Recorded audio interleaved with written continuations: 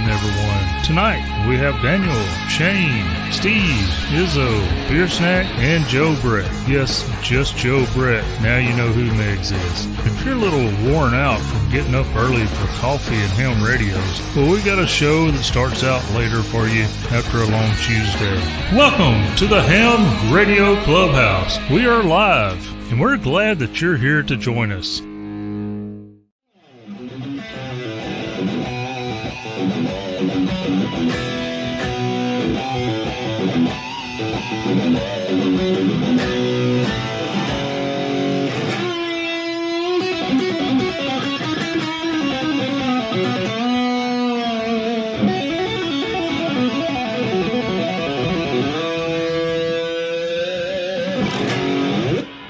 What's happening, everybody? It's Joel Hoekstra here of Whitesnake. Just want to send a big shout out to my friends at Ham Radio Clubhouse. Hope you guys are doing awesome, man. Love you guys. Izzo, Beer Snack, Steve, Molson, Joe, Shane. You guys are rockers to the core. Cheers, guys. Have a great one. And welcome to the Ham Radio Clubhouse. Well done. Yes. I wish everyone could have seen the what was going on behind the scenes when Joel made his appearance in the video. We didn't have to pay. We didn't have to pay him. He said that out of the heart. Yeah. Glad you like it, guys. That brought back my 1981 and 82. Oh yeah, man. Yeah, when this guy had a hair a little bit longer. Yeah, it was not a mullet, man.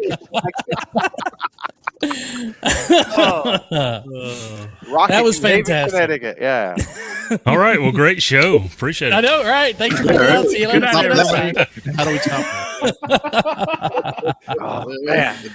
Oh, hey, man, I'm gonna pull this portion of the video out and send it back to him. So it was to see y'all's reaction. We've been hijacked. But anyway, welcome everybody. Welcome to the Ham Radio Clubhouse. For those of you that are new to us, Tuesday night, drinking, having buns with our friends, talking. Every now and then, I think we talk about ham radio. Maybe. You never know what's going to pop up in the room here. But welcome to everybody. And does anyone have the chat handy where they can do some shout outs to who's in the chat with us tonight? No, I'll do some shout outs. But hey, next week's when we get Steven Seagal to do it, like the only problem is he'll be like, I was the inventor of the coax crimp. I just want to say I perfected that move. So we got Abe, we got Shane, Scout 75, we got Anime, Wildcat Scadia, Joseph Collins, Keith, Ben, Jeff, Naz 907, Taz 907, sorry. We got Alex. We have, who else we got here? We got Ham Radio Adventure Guy. We have Marty. Marty, I hope that Rosa's with you tonight. We got Jared Green, not only in the chat, but in the house this evening. We got Steve, all of the hosts that are here. Am I missing it? We got Andy Cowley, like always. Good to see you, Andy. Who am I missing? So I saw Shaq and Greg in there. Oh, Greg. I see Chuck, which Chuck sent me some goodies. Yeah. Oh, nice. A care package from Chuck. Got stuff from Chuck. It's not a full antenna, but it's not even antenna plans, but it's fine. It's good. I love getting stuff in the mail. Yeah, absolutely. Linden, who else we got here? Jeff. Hey guys, we got Tank. A new guy said he was Ben W6 Echo Bravo Delta. He said he's the first time here. So right. So fantastic. Thank you, Ben. Thank you, Hey, Ben. Welcome. Ben. Hopefully we don't scare you off. But we're here every Tuesday at 7 p.m. Central Time. Good thing you didn't hear the pre-chat. I'll just say that. I don't know. That could be a good or bad thing. You never know. Don't worry. We got that. Don't worry, Molson. We got that recorded. That'll show up. If the pre-chat was live, our channel would have been shut down immediately. That's all I have to say. So it was spicy. It was angry. It was everything. So, but hey. Now it's time to wind down at the clubhouse. Yes, light some incense. Yeah, light some incense. Grab a beer, or put some whiskey, whatever you like. Put some smooth cheers. jazz I'll on. do this. Cheers Cheers. So let's do something different. Let's start down in the corner with Beer Snack. Beer Snack, how was your week? And what's going on, my friend? What did I do this weekend? I don't remember. I heard you were on a particular podcast. Well, that was last week. I was a guest on Hamdom Thoughts, and the sound bite that came out on the front of that is, I think, one of the best I've ever had for myself, and probably one of the best ones I've heard in a long time. I'll play it for you now. It's why can't you just have fun? Why is it so difficult to have fun? But that was a great interview, great time with him. It's always fun. And then absolutely, I just finished that podcast. Why I brought that up? I listen to it when I drive to work, so I get to do it 20 minutes, 15 minutes at a time. And I just finished an absolutely fantastic interview. And if you haven't heard that yet, go check out.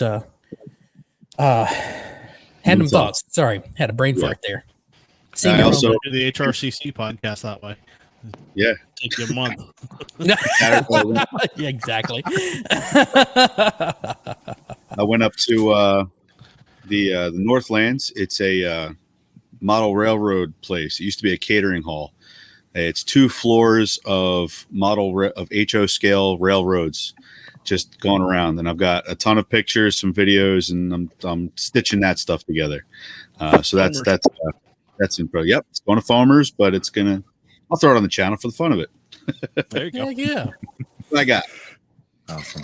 Fantastic. Steve, how about yourself? Not a whole lot happened this week. Back in the office full time. So, dealing with that.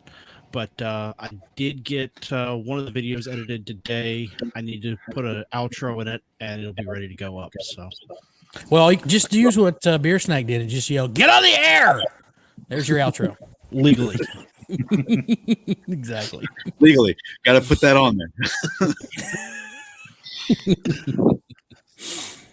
Joe Brett.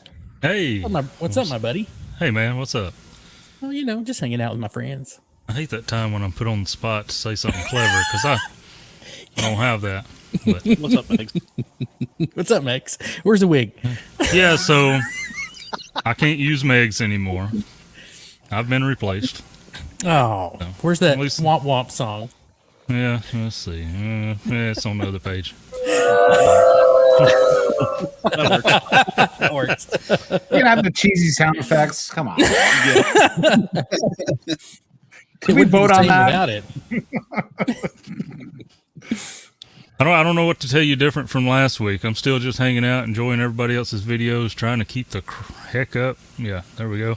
Well, you've got a new radio coming, right? Allegedly, yes, they said it is. Not I ain't seen it with my own eyes. Right. I believe it when I see it. So, well, they at least charged you for it. Yeah, they did do that. So that'd be interesting to see how I work that into my setup, and I'm excited for the portableness of it. Is that a word? Yeah. Yep. Yeah. So you POTA folks, I blame it all on y'all. And Dunn that likes to go out on the porch. I was sitting on my porch last night, and I'm going, "Yep, I'm finna buy it. I want to be like Dunn." So, now you just got to start smoking cigars. Yeah, I'll do it. Anything for ham radio, right? That's right. Daniel, good evening, sir. Oh, I don't want to talk about my week. It's already going to hell in a handbasket. So, but it's just Tuesday. It's only Tuesday. Gosh. I'm sorry. I didn't mean to rub salt in the wound. Press one in the chat if you want Molson to talk about how his week is going. No. It's only kicked off of YouTube. So it's only Tuesday, and there's 6 more months left in the year. Yeah, that's right. I got a text from a customer today. He goes, "I'm so happy. It's amazing. Just relax. I'm happy." And I'm like, dude, the next 2 months are going to be anxiety and stress and crying every 30 minutes. So thank you for the compliment, but that doesn't help, Listen, I just dropped a video on my field day, made fun of myself in it, but I just want to take 30 seconds and give a shout out to Mike, K8MRD. He put out a video today, and I just got to say that we talk about YouTubers. There's a lot of bad opinions from some of the people about YouTubers, but, I watched that video, and if you don't see that the YouTubers bunch, the people who are in the ham radio, truly embrace the viewers as part of their personal family, you don't know what you're talking about, because I saw a person who put themselves out there for the world to see, and I appreciate him for doing that. I think it's amazing, and it just shows how much each one of the viewers that are here tonight and viewers of all those channels mean to those individuals. And Mike, I take my hat off to you. I wish you the best. I know that you're going to find something amazing. And if you guys don't know who Mike is, which I know you do know who he is, check out his video and help him out if you can. And Mike, Mike, just thank you for just being yourself and being real, not only today, but in every video. And thanks to all of the guys, Jason, everybody who's on YouTube, because that's who they are. People who want to teach and invest in you, and they bring you into their fold. So I just have to say that. Thank you, Mike. Yeah, absolutely. Joseph Collins, you got it right. It's ham family. Yep. On a more serious note, Jason is looking for a new co-host, right? Since Frank's back at work. Just saying. Just saying, Mike. Start negotiating some prices. There you go. That's an interesting lunchtime live stream. Yeah, no kidding. Izzo, my buddy.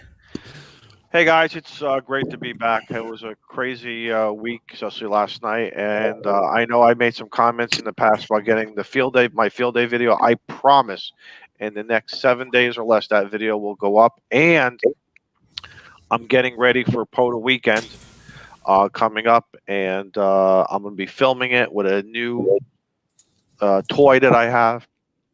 And to Mike, KMRD. That's all I got to say. So, yeah. All right, we've got a fantastic lineup tonight. If we get to all of it, which you may have to hang out for 2.5 hours to get to all of it. Shane, what's up with you this week? You can't. I'm gonna get there. I got a job to do. Shane, how was your week? It was fantastic. Good. I'm on this is my Thursday. Tomorrow I have a double, and then I'm off for 4 days. And I'm going to go play POTA with Jason this weekend at Ray Roberts State Park, which we'll get to all that in just a few minutes. Okay. But anyway, so tonight, I hope you're in for a marathon. We've got Jarrett Green with us tonight. He's going to talk about the Hammers app. He's got some stuff coming. Welcome, Jarrett. Howdy, buddy. And we've got...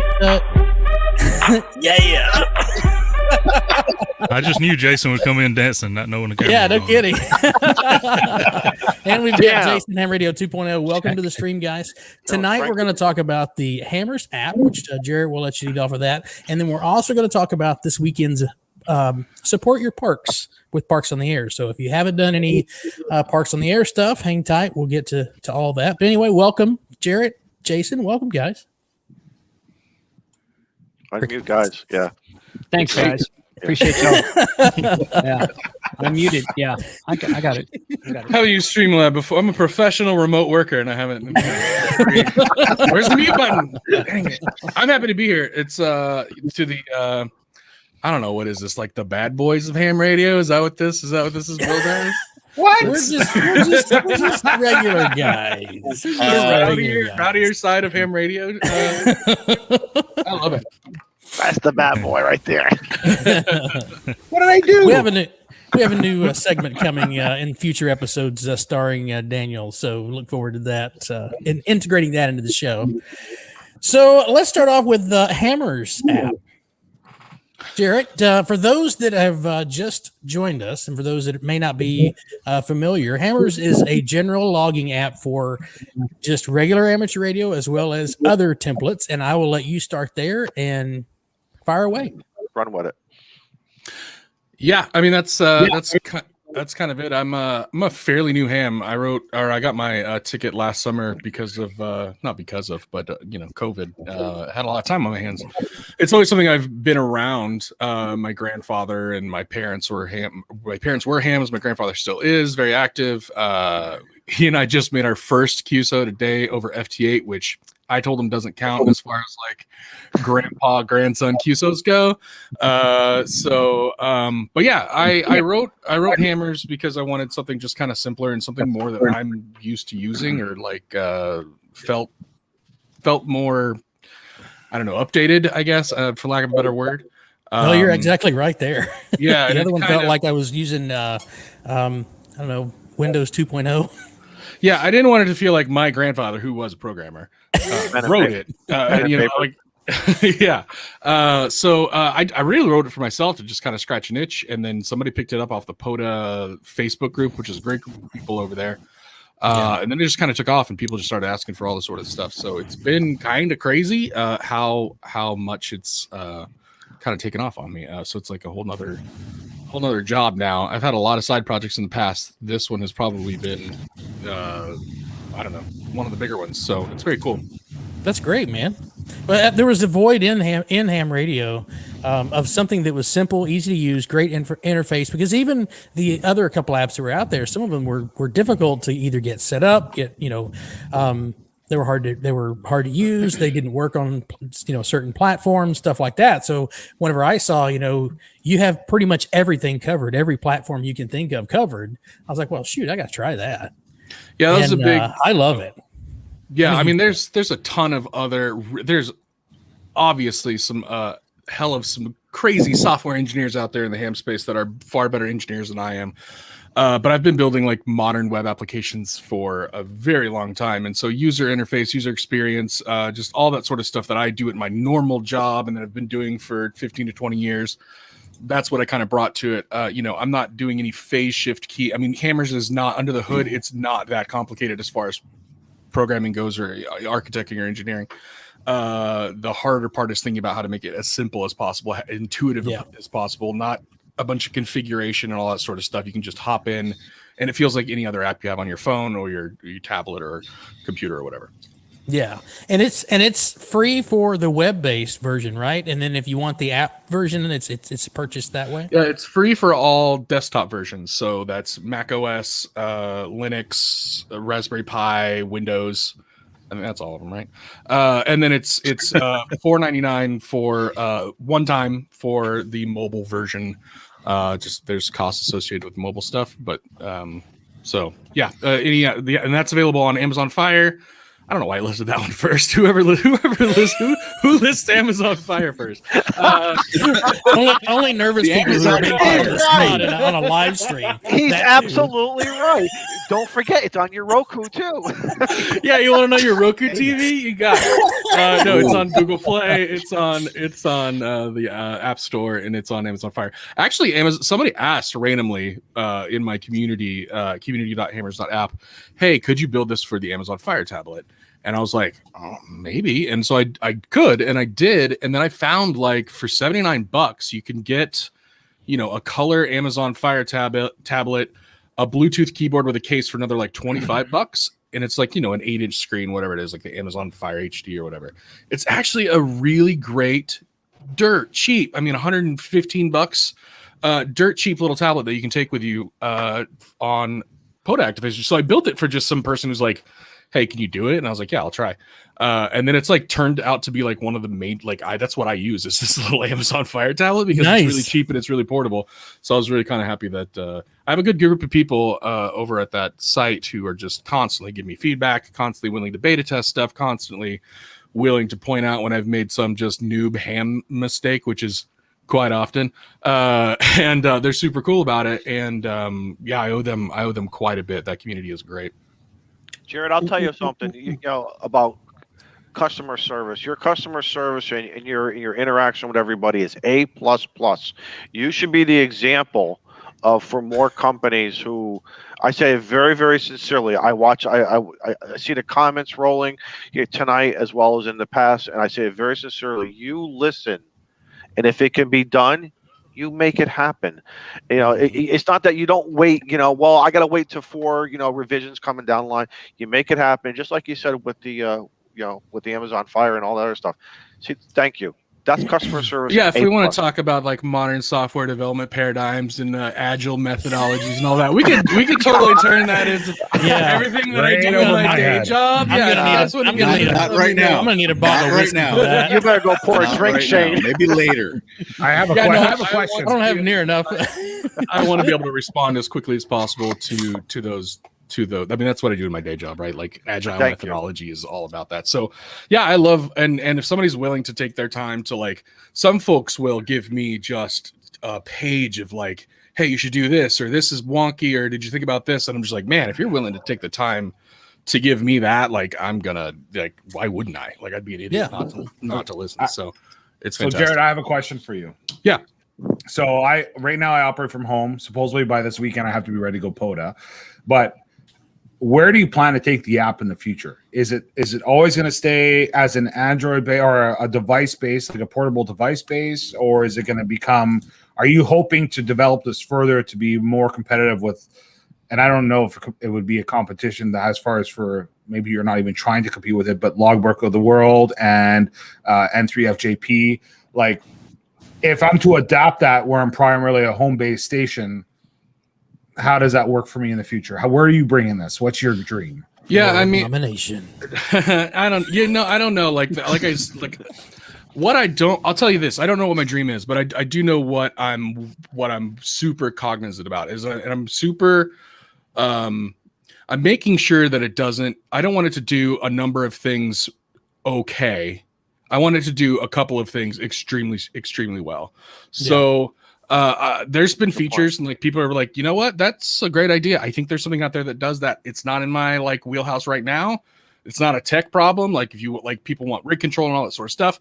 Yeah, I could get to there. I'm really not focused on that right now. I'm really just kind of focused on being out in the field, making it super quick to take to capture a QSO, show you a cool map, upload it, QRZ integration, all that sort of stuff is coming. So that's kind of where my wheelhouse is now. At some point, will it? Maybe, I don't know, but I definitely am like really trying to keep it focused and not introduce a whole bunch of feature creep, because I think that's what happens a lot in software, right? Is like it can do everything and it does everything poorly, and so it does a lot of things just okay. Yeah. So that's where I don't know what the end result of this is going to look like, and that's fine. I'm cool with that. But I do know where I don't want it to get. And that's just kind of this big bloaty thing that does too much stuff. And it just becomes, a jack of all trades, master of none sort of. Yeah.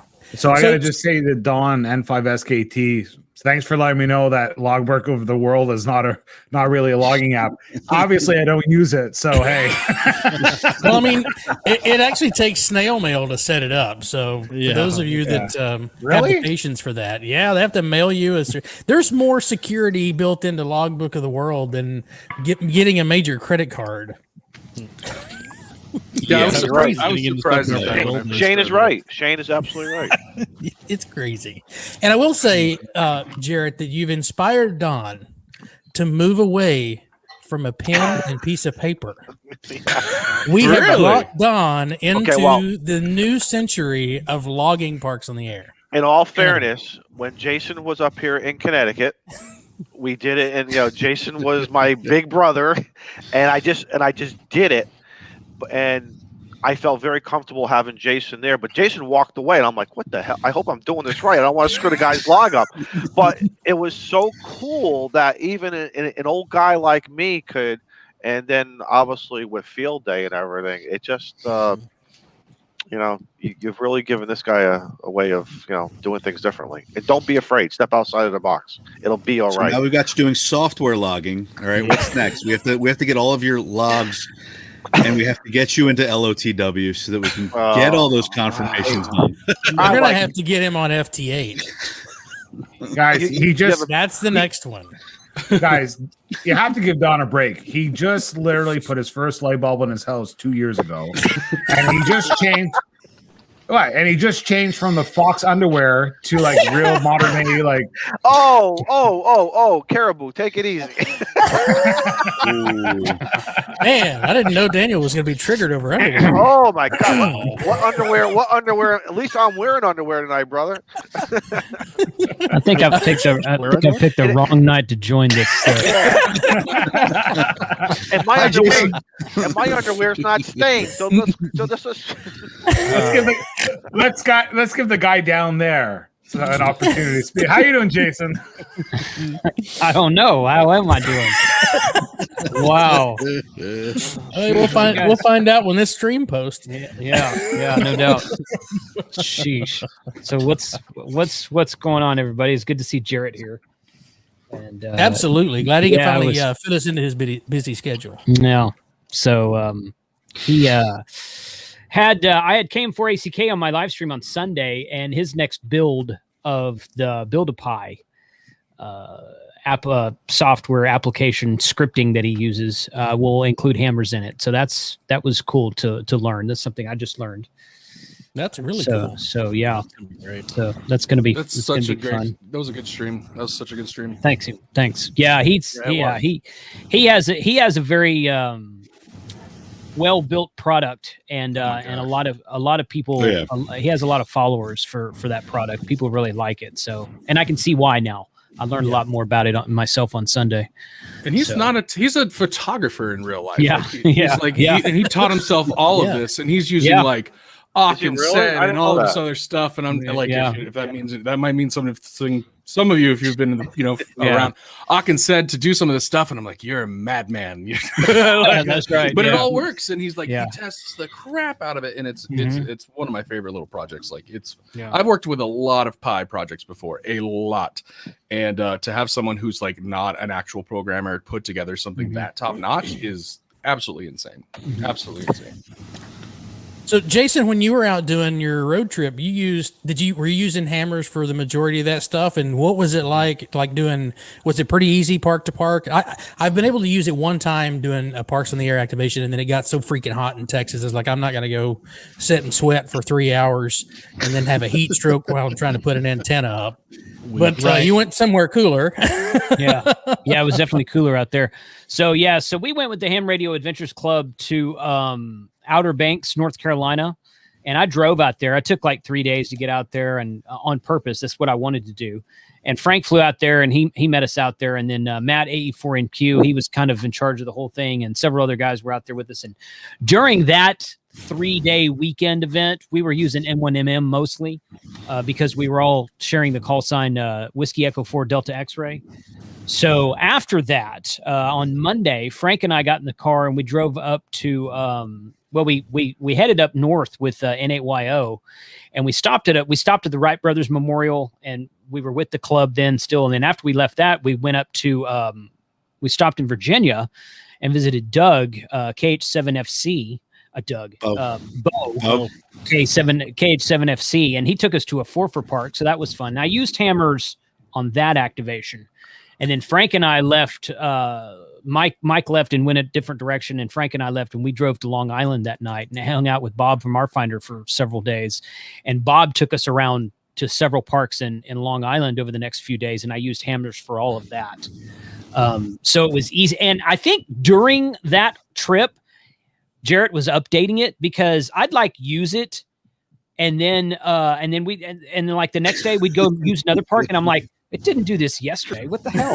I mean, where's this map and all this stuff's being drawn everywhere? So when I would enter my call sign, and I would enter my call sign. Well, I would enter the station's call sign. It was calling, or who was calling back to me, and it would tell me his information, and that was cool. But then when I'd get a park to park, I'd put the park to park in, and it would tell me, oh, that's the park in this state, in this area, that's this name, blah blah blah. And I'm like, oh, that didn't do that yesterday, so that was kind of fun. So I mean, I just the point is that it was constantly being updated, so it's constantly being improved, and I really like it. I used it prior to that trip, and I don't remember where I heard about it from. Somebody told me about it, and I went and looked, and of course KMRD, he already had a video on it because he's a big POTA guy. So I reached out to Jarrett and I'm like, dude, I emailed him. I'm like, hey, do you want to come on my show? I run this YouTube channel. And he hits me up in Discord. He's like, hey, I'm on your server. I'm like, oh, sorry, I didn't know that. So, I had him on the lunchtime stream one time. And it was great to, and his grandfather, he keeps talking about, is in my local club up here. I've known Jim, his grandfather, for years. I didn't know that was his grandfather until he came on the stream that day. That's an extremely small world. So speaking of updates and things that are coming along, Jerry, you've got some new features that are coming out here in the next release, which I think you said was coming up. Was it this week or next week? It's going to go to beta here. I'm always super aware of like not probably pushing out stuff on like major event days. And so since it's POTA weekend this weekend, it's probably going to go to beta. Well, no, it's always going to go to beta. But it's going to go to my beta testers first for about a week or two. But you had reached out over the weekend, and I had just like during Jason's Ham Radio happy hour, like I was there, but I was also coding. I had taken off working on it for about 3 weeks because I was finishing up like a 3-month-long work project, and also just took vacation, and needed to step away from it. So I was like, I'm madly getting back into it. But yeah, you had reached out to me like at a really good time to be like, hey, do you want to come on? And I was like, yeah, like I've got a build like ready to go. So yeah, if you don't mind, I can share my screen and kind of show. This is a local build that we can look at, but I can kind of show you what's coming down. I'll let one of the geniuses in the back pull your screen up, because I'm sure I'll screw it up. As soon as he shares it. It is shared. Oh no, it's not. It's not shared. No, that's hold on. Oh, there you go. Let me find my notes here. So one of the major, one of the oopsies I made in the original version of Ham, not the original version, the current version of Hammers, or a previous version, was like I signed up for QRZ integration, right? Like they need to update their, I said this on Jason's stream, but they need to update their language, because I totally thought like the way that it was presented, like, oh yeah, you want to integrate this into your application, you pay this amount of money, and then you can do it. So I did that, and then I got this like great email from like QRZ folks of like, hey, you're breaking our terms of service. We're not going to shut you down. That was what was doing all the lookups, but it was using my credentials. So now I tried to click it. I tried to click on it in the YouTube stream. That's not how that all right. Now you can enter your own. So by default, if you don't, I know some folks don't pay for QRZ.com, the XML subscriber, whatever it is, like $50 a year. But if you do, you can go in here and put in your credentials for QRZ.com. Now, say I don't have that. HamQTH is a great alternative. It's free. It does it has the same similar information as far as like the person's name, QTH, their grid square, that kind of stuff. That's really what we're kind of using this integration for right now, is just doing lookups. So if you're in the field and you have an internet connection, you can see who the heck you're talking to. So this now natively, you can put your stuff in. Coming will be like adding, if you're like me, what I do after doing a POTA is I come home, I export the ADF, I email it off to my coordinator, and then I immediately upload it to QRZ. And then from QRZ, because I don't want to mess with TSQL, I upload it, I import it or export it or whatever from QRZ to Logbook of the World, and then back down. It's a great system. In that, super. That's the same lineup that I use. Yeah, I open a beer before I upload my logs. But I want to be able to just much kind of like Grid Checker, like when you're WSJTX. Like it just, you put your API key in here and it'll just automatically upload everything to QRZ as they come in. That's coming down the pike, but this was kind of like I needed to get this interim service in here. So that's a weird little thing, but you can go and now sort of choose which provider you want to use. Now, by default, everybody's using currently hamdb.org. I told the QRZ guys I would do a real quick hot fix. Please don't pull my credentials. Thank you. And they didn't. They were super cool about it. So everybody right now is using hamdb.org, which is somebody's awesome free service, which I read the terms of service on that one. I'm not breaking TOS on that. So yeah, you can look up, you can use any of these three currently. major real changes really we can talk about. I just had to get that out of the way because that was a big undertaking. I've been hunting a lot lately, and I haven't really been a hunter before, and so that drove me to mess with the hunting a bunch. So two things is now you can filter these POTA spots by band and mode. So nice. I'll go to like 20 meters in SSB, and obviously these are, it's much like the POTA.app website, right? Like you can filter everything that you want. Then talking to my community, there's been this copy button, but say I want to, I'm going to make a contact with this person here. It can go and do a lookup. It's going to pull down all their information. It's going to populate in the right grid square that at least POTA provides based off of the park. There's been a lot of discussion about grid squares when it comes to POTA because you get into larger parks. POTA provides like one square, maybe, and it might, if you get into a larger park, that's might not be the actual grid square that operator is in. The split. Right, exactly. Right. Sharing grid squares, right. Yeah, so, we're doing the best that we can, but I'm going to go do one thing real quick. I'm going to turn off lookups real quick. So, you can just get in here and I logged it. I give them a 5.4. They sent me a 5.9 just to enter. Boom. And then I've got them in my log. Keep going, and just one of the features obviously is I want them to now kind of fall out of this log or out of this view, or at least show me that I've already hunted them. That'll be in the future, but for getting things out. You can just kind of do this all day. Whoever you're talking to, this is Nicholas. They're at point. Oh my God, I picked the worst thing to try to say. Especially when you're live on the air. Yeah. There's no stress there. Oh, here, Mosquito Lake State Park. That'll be that. Point State Game Land. And you can just sit here and hunt all day. It makes it really easy to do that. So now one of the things that has been something that I've experienced and that I really wanted to correct was if you're out in the field, you might not have internet connection. I built hammers to be offline first mode, right? People use it for soda, people use it out in the field. You're not guaranteed a internet connection. So these lookups sometimes don't happen. They haven't been happening. Everything that's I was grabbing from here, filling in the operator was just coming from whatever POTA was giving me. So now you can go in, and once you get back, say you've got 30 folks in here, I'll add my grandfather in, and I'll just save that. I can go in here and just say, I got to turn on call signs now. Look up. So it's going to go and it's going to ping QRZ. I'll have to show this. It did. Sorry for doxing you, Papa. I'll blur that out when this uploads. I mean, anybody can find it. That's always been the weirdest thing in the ham radio. All right, but yeah, too bad you didn't have apes information. No. So you can go and do that. Maybe you missed somebody, or maybe internet connectivity was wonky and in and out, or you can just go do and look up all, and boom, they're all done. They've all been pulled. That'll also then populate that map. That map can't be populated until we have a grid square. But that's everybody that we talk to. That's my grandfather down there in Texas near Jason.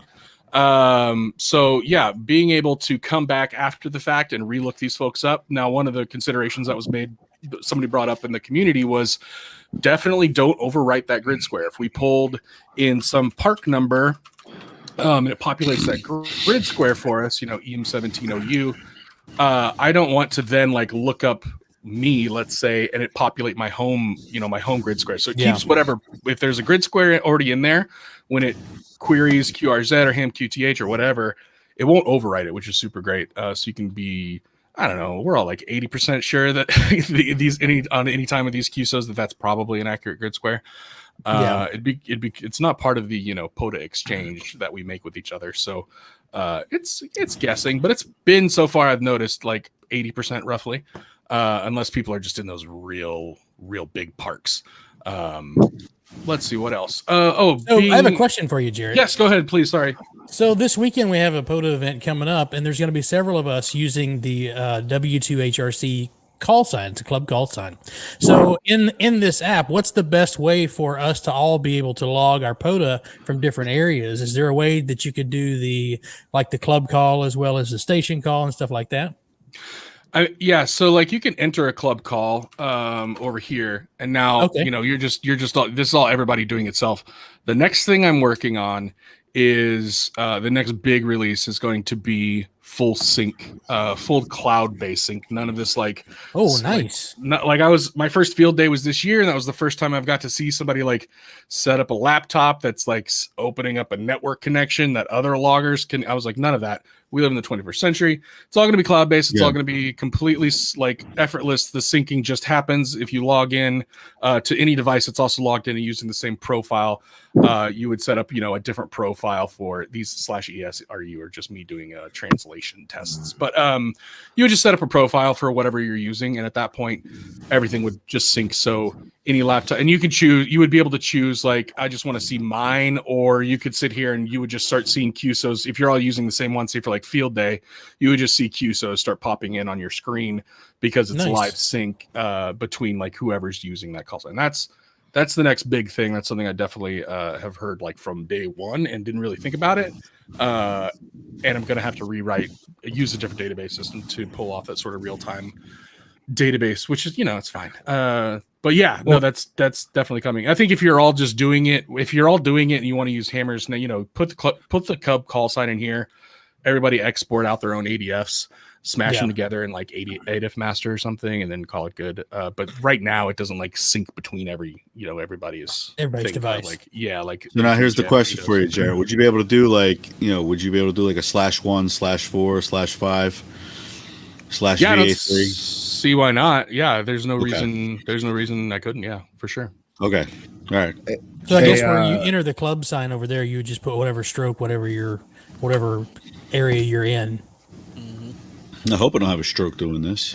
You're in Texas, you might. Hey, Jared. That's true. Jared, we gave you 3 days. You got Wednesday, Thursday, Friday. So no major releases. Just put us in your beta testing there. We'll be here. A lot of YouTubers have like these names of people like Demolition Ranch. I don't know if you guys watch him, but it's the Demolitia. I will gladly be your beta fish. Okay, send me the app. I'm actually on his beta team, so yeah, that's true. That's true. Yeah, I don't have beta for like desktop folks because that's a very manual process. It's really easy to get beta folks in for like iOS, Android, Amazon Fire, that platform. So that's a very automatic process that happens. Very cool. Yeah. So we have another person joining us who has his own version of this program. Now I'm kind of jealous of that too. Yeah, it's okay. It's all right. He's allowed to. What's up, guys? What's up, Mike? What's up? Hey, Jarrett. I don't know anything about coding, but I've got some free time on my hands if you need some help. Oh no, Mike, I was gonna honestly suggest you reach out to Callum and see if you can become the world's greatest DX Commander salesman. Yeah, no kidding. Yeah. You're halfway there already. You're halfway there already, buddy. I will buy another one. Callum, Lord Callum hit me up on the Discords and offered his help as well. So, or you could, or for people like me, you could just offer your services and build DX commanders to people. I wonder how sustainable that will be. Hams are lazy. I gotta find something. Hams are lazy. I'm hearing rumors of this Lieutenant Dude antenna. Yeah. There's a Lieutenant Dude, which is very similar to the DX Idiot that Sterling came up with. So that's right. Remember that last? I kind of like Sterling's name better, but it looks like Sean's doing a really good job with that Lieutenant Dude also. So. Yeah. Joe Brett, you have your hand up. Would you like to speak? I just thought this would be a perfect opportunity, Mike, to really test out the income potential of Only Hams. Only Hams? Oh God! Oh, okay. Is that I feel that's probably a play on OnlyFans, but I don't even know what that is. It is. Yeah, you can thank the Smoking Ape for that. Yeah, guys, I'm not. I play one on TV, but I am not the most tech savvy person in the world. That may be hard to believe. I can wire up a Go box. I can wire up a battery box. I can build antennas. Computers is not my background. Hey, you know what, Mike? It doesn't matter if it is or it isn't, because you'll still get destroyed on comments, and we all do. So hey, whatever. You don't know how to do that. What's the difference? If you did know, they'll still criticize you. What happens when you drink Coca-Cola? See? Right. I'll tell you, it is really weird drinking on a Tuesday, though. Wait a minute. What's the magic word? word? Call out there, buddy. Texas? Is that what we say? That's what we say. Mike, we got the wrong koozie on there. You need that one. No, that is not the wrong koozie at all. So we have like some of the big POTA guys here. What the heck is going on this weekend? Because supposedly I got to get on POTA this weekend. Yes, it's a requirement for you to be on POTA this weekend. Well, and this summer. Wait a minute. Sorry to interrupt. Jason, aren't you having a POTA thing this Drive weekend? up, dude. Drive up. Get in there. Come on. I should. Up. We're going out there. This is why I want to talk about this. If you guys will give me a minute here, but I don't have to do it right now. No. Do it now.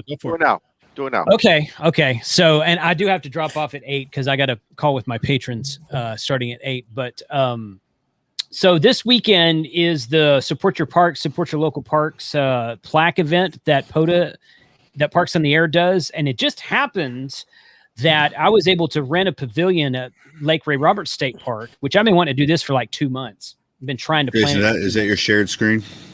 Yeah. And that's the pin drop there. Let me get back over there. So this is where we'll be at Lake Ray Roberts State Park, right here at this pavilion. That's the top of it right there. This is Isle du Bois branch of Lake Ray Roberts State Park. We're going to meet out there. I've got the pavilion rented for the whole day. We're going to meet out there. I'm going to set up the Buddy Hex beam. I'm going to bring my IC7300 and my FTDX10, and we're going to be using the Hammers app, of course. And I'm just going to sit down and I'm going to activate the park myself, but I'm just inviting everyone, anybody who's local can come out, hang out, check out the antenna, operate one of the radios, activate the parks, learn about Parks in the Air, just hang out and have a good time if we don't die of heat stroke. But bring lots of Miller Lite. Yeah. I think probably more hydrating than water. I was gonna say, I think I'd rather have that green lake water that's in the picture. I'd rather drink that. But no, it's gonna be a really fun time to just hang out, play Parks in the Air, and get together with some local hams. So I've got people who have texted me or emailed me and said, "Hey, I'm driving up from." Somewhere down near you, Mike, I think, and a couple of guys are coming. Hey, I can use a ride, so I don't have to pay for gas. There you go. There you go. But yeah, I mean, yeah. So we're going to be hanging out there all day on Saturday, and really invite everyone who is local or who wants to make the drive in to come out and do that. I'd be happy to share the link. If you just hit up, if you just Google, put Google Maps into Lake Ray Roberts State Park and Isle du Bois, which is spelled DE space BOIS. If I'm saying that right, I don't Maybe speak you should French. drop a link in the description. I can do that too, but I've dropped links in several of the last live streams on my channel, so people have the link already. But I'll drop it again. That's no problem at all. And we'll add it to the description of Jason, the I video. think I'm going to bring my in-fed half wave as well as a Pac-10 mini in-fed half wave, so I'll have a couple antennas to play with. So I'll bring the DX Commander Expedition. Okay. Yeah. I mean, I was just gonna kind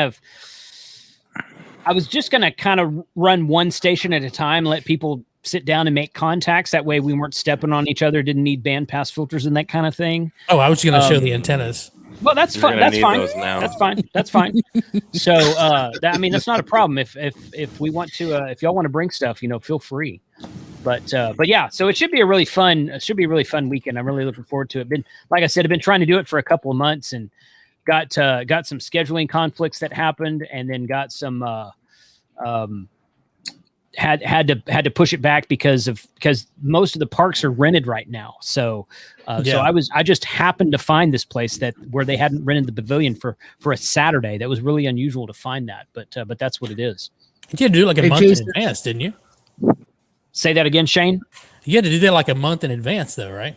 I've been trying to get a spot out there forever just to activate the park, and it's crazy. I mean, I've got a annual park pass, so I can go sit in the parking lot. But to actually get somewhere where you can sit, I mean, it's been completely booked. Yeah. Jason, hey, Jason. So, what is your plan? Are you planning on doing it Saturday into Saturday night for late shift, or what do you figure as far as time wise? We're gonna be out there. I think I've got the pavilion rented all day. It's from open to close, and I want to say that's like 6 a.m. to 8 p.m. or something like that when the park officially closes, unless you're camping overnight. So we'll probably not be doing late shift, but it'll really depend on how long. I mean, how hot it is and how long we want to stay out there. Yeah. So I'm kind of thinking we probably won't do the late shift. It'd be really cool if we could, but I'm going to play that one by ear. Yeah. Hey, I have a question for you guys. So Jason, is this your first time doing this event? Yes. Okay. This type of event. Yes. So it would be awesome. I'm going to put something out there. It'd be awesome that I don't know if it's a well-trafficked park or what, but if more people do these types of get-togethers, I think it'd be amazing to have like a banner to encourage people, kind of like the GOTA stations. Yeah. And so if, like Jason, if that's something you would eventually want to do, I will print a banner. I'll send it to you. And then like I could produce one tomorrow easily if you wanted to. But I think that's something, if more YouTubers are doing these types of things, we should take the opportunity, seize the opportunity, especially such a public place, to promote the hobby.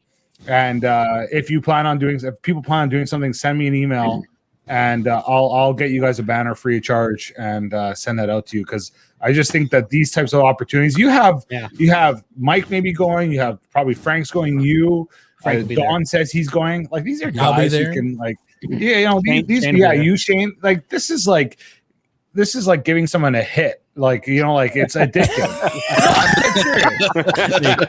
That's serious. First hit free, baby. Puff pass, baby. Puff pass. No, I'm dead serious. Oh, wait, no. We have JB in the chat. We have JB in the chat. Remove your ears. I think it would be amazing if you're there, then promote it. I think it'd be fantastic.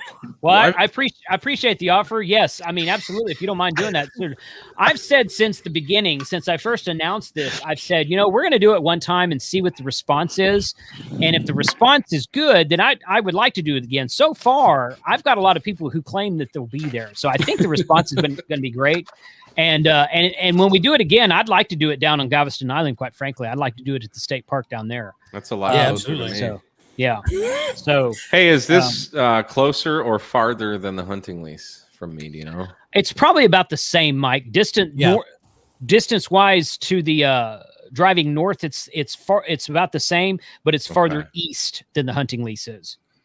So. Well, yeah, it looks just north of Dallas, and I don't want to give away the undisclosed location of where the hunting lease is, but I can't find that city on.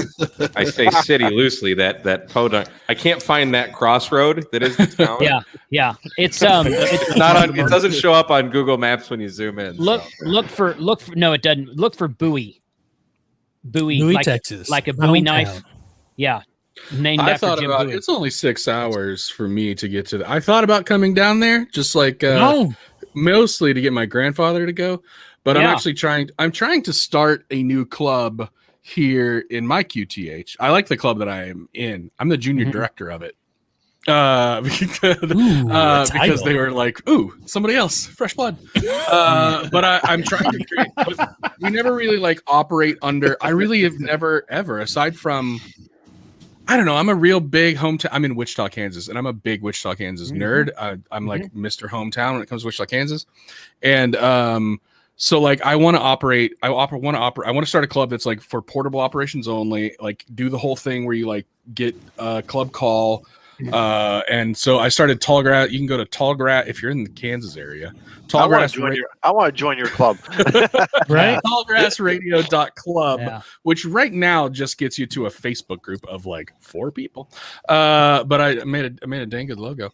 But I really like the idea of doing seeing the Ham Radio Adventures guys. That idea to me of when you guys went up and you were all under a call. I've never got to do that. And the first time I did Parks on the, or not, I'm sorry, Parks, but Field Day. That was the first time I operated under a different, and I got to tell you, and if there's anybody from my club here, but I killed it. Nobody had more QSOs. I mean, there were so many people there just chit chatting, and I was doing work, man. Like, you must have wore out that foot switch.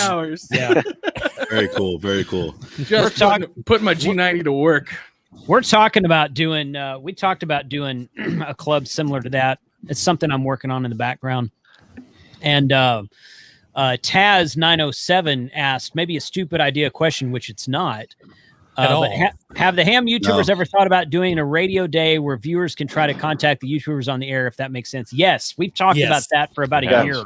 Right, Jason, we got to get that thing going. Yeah, we got to get that rolling. In fact, Don put together this really nice a document of operation. Options. Yeah, to do something like that. And just gotta nail it down. We've talked about doing it, and we haven't ever put.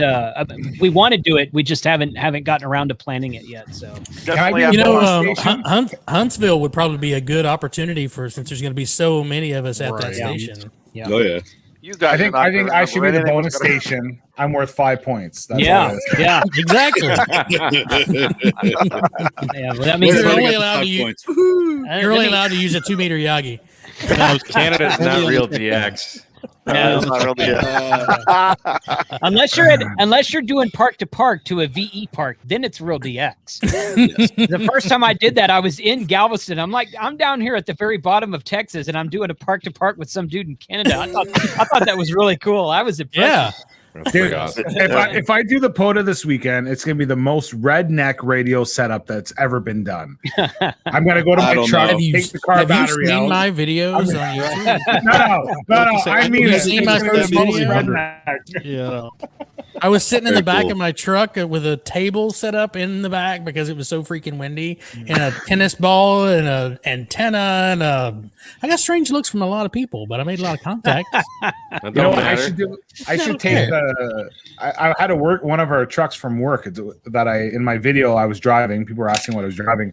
I helped a friend move. It's a 20-foot box truck. So what I should do is I should take that truck to a park, put a couch in the back. A couch. Bring a bowl of candy so it looks inviting. Yeah. and a wet bar with plenty of no. Jared? He's gonna take Shaq and Greg's layout in the back with 20 foot. There you go. There you go. Jared, you guys are talking about passing out candy from a truck in a park, and I'm like, I'm so glad you're not on my channel right now. But we're gonna do it with a bowfang.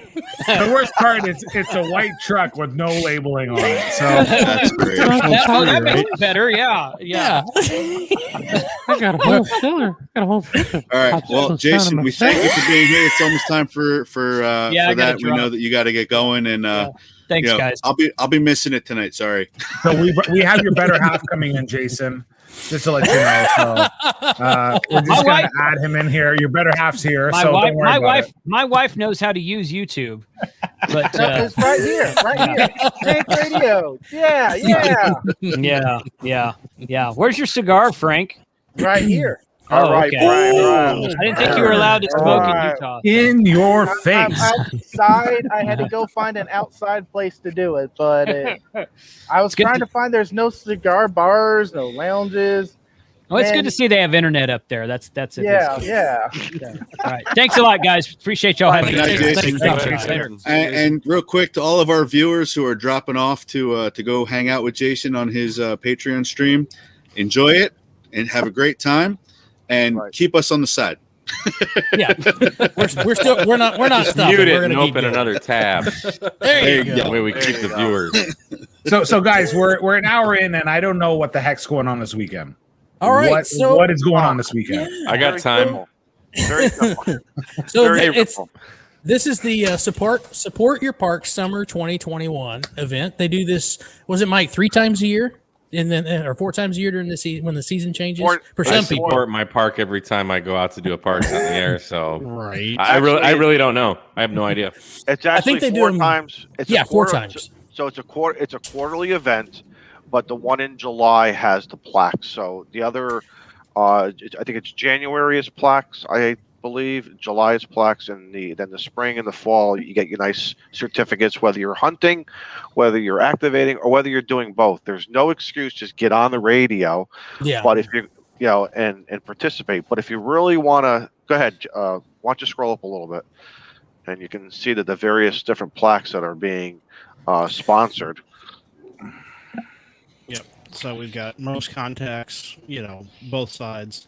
You don't have to show the last one because we're just going to go ahead and put W2HRC on that club plaque. So the club plaque. Yeah. So y'all don't worry about going for that one. We'll take care of that for you.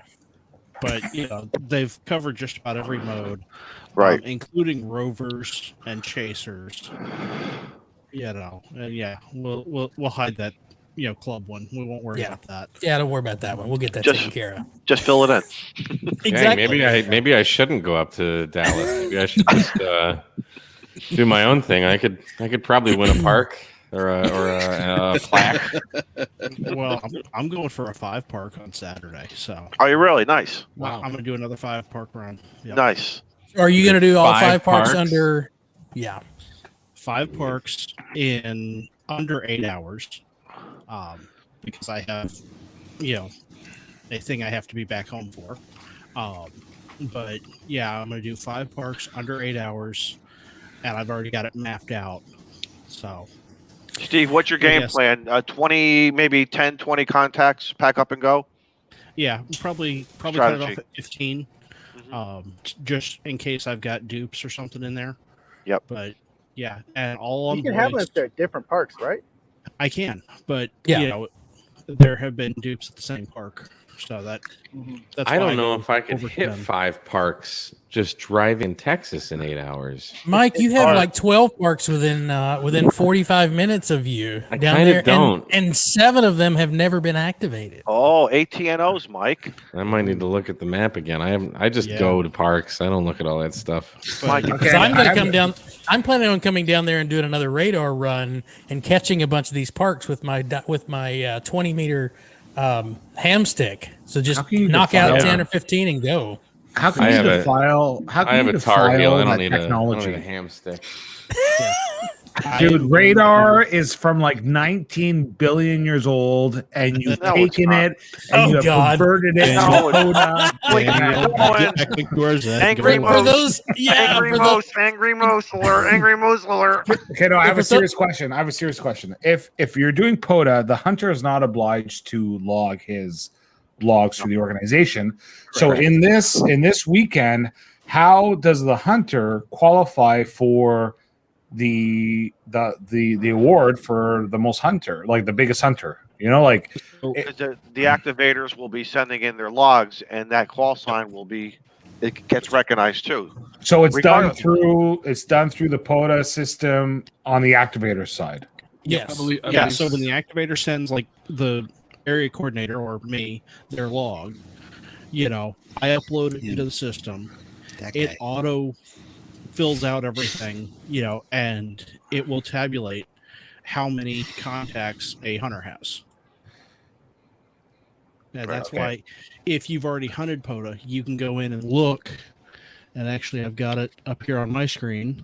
Actually, Daniel, it makes no difference whether it's this weekend or any other day of the year. Hunters are always being tabulated. Always. Yeah. Mm-hmm. Oh, yeah?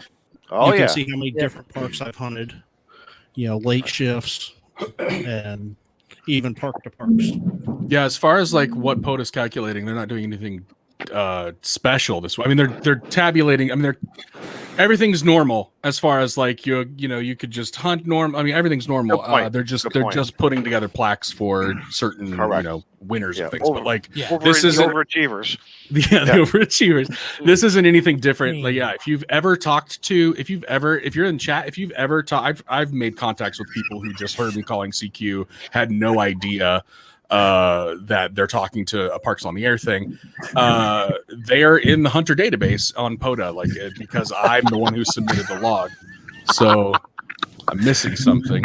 You are. Scouts on it, brother. Scouts on it. So read between the lines. And that good placement of that logo. I like the logo that you're seeing. Strategically placed logo. Strategically placed, isn't that?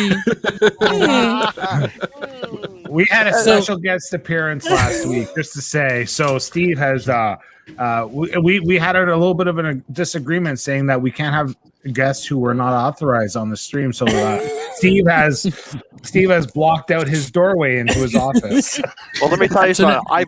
I purposely spun my position around tonight because when Jason was talking about Texas, someone came through the door with a sign that says, "You're not going to Texas." Ha ha Oh, how mean! Don, just make your way over to Hartford. I'll have a Southwest jet pick you up. Shane, I don't know what you're. I don't know what you're talking about the parks around me, Shane. They're all activated. They're down. I'll find them. Continue on. There's only 5-6 parks within a 50-mile radius of me. Are you talking like the ones that are even? Did they take a bunch of the ones out that were down near the south side of Houston? They were down by the coast. That's not close to me. Well, yeah, he's it's close.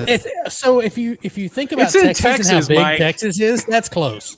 Anything under an hour and a half drive is close. When you're not employed and you have to pay for gas, that matters.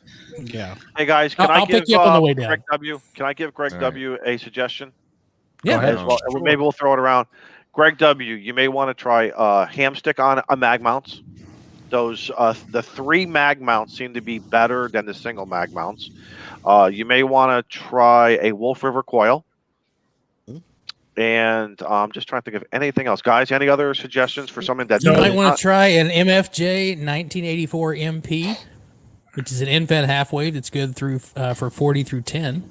You can throw that in-fed half wave is a good one. I've really, if you're just doing it, the ham stick thing, and Don, who's in chat, who's the one who got me onto ham sticks, that's what I first did, and I was absolutely surprised how well they worked. I think that's all that Don works on. Like he'll show his picture of his minivan, and he's got that triple mag mount on there. That's all he's got his ham stick game down. I'm also thinking of 220-meter as an example. 220-meter ham sticks, make them horizontal, put them into a T connector, and that's your buddy pole. You're making like a poor man's buddy pole. So if MFJ biggers. Okay, well, so here's 2 things. You buy a mag mount like up here is like $100. So let's say he gets a ham stick for $15-20. $20. $20 for the ham stick. Just choose one band and that's it. So then you have to come up with some way to mount that, and you have to have $20 for the magnet. It's $20 for the magnet? Yeah, if that. Are you kidding me? Mm-hmm. You can throw it under a cookie sheet. Throw it Put it on the top of your car. Top of your car. Anything. Yeah, that's your okay. So we're getting. I won't use that word. We're getting cheated here in Canada. I'll tell you that. The correct word would be screwed. Exactly. So okay. So he only has 3 days to the weekend, right? So what website would be able to ship it if he was ordered tomorrow morning? Where would he be able to get it before the weekend? Amazon? Where's he at? Amazon. It depends. Amazon does have them. A lot of people make. You can also, just for the record, if you're like me, a lot of people make ham sticks. They're all about the same. The MFJ ones are the one I buy, but there are other people that make them. They might call them something different if you need something in a hurry. I know that like Comet has them as well. Somebody else had one. I just noticed, but they don't call it a ham stick. They call it something else. Shark. You might be able to go.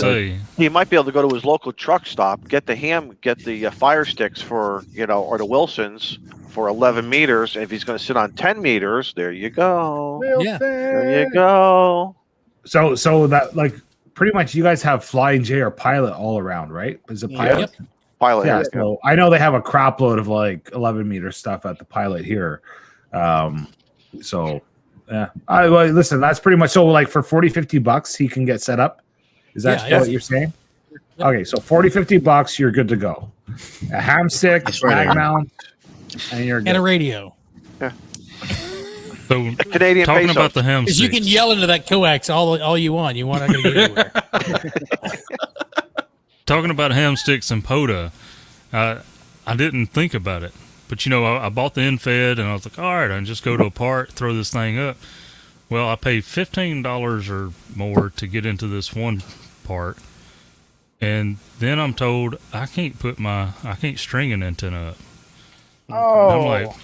I'm like, if I would have had a magnetic ham stick or something, they couldn't have told me crap. I just That's right. on top of my car and good to go. So there's there's something to think about too. And Ham Radio Nomad, which he's MIA. I haven't seen him in a while, but he uses only ham sticks. So it works. It works, Do you see my little friend? Oh, yeah. I see a bunch of chicken wire. My little friend here. Oh.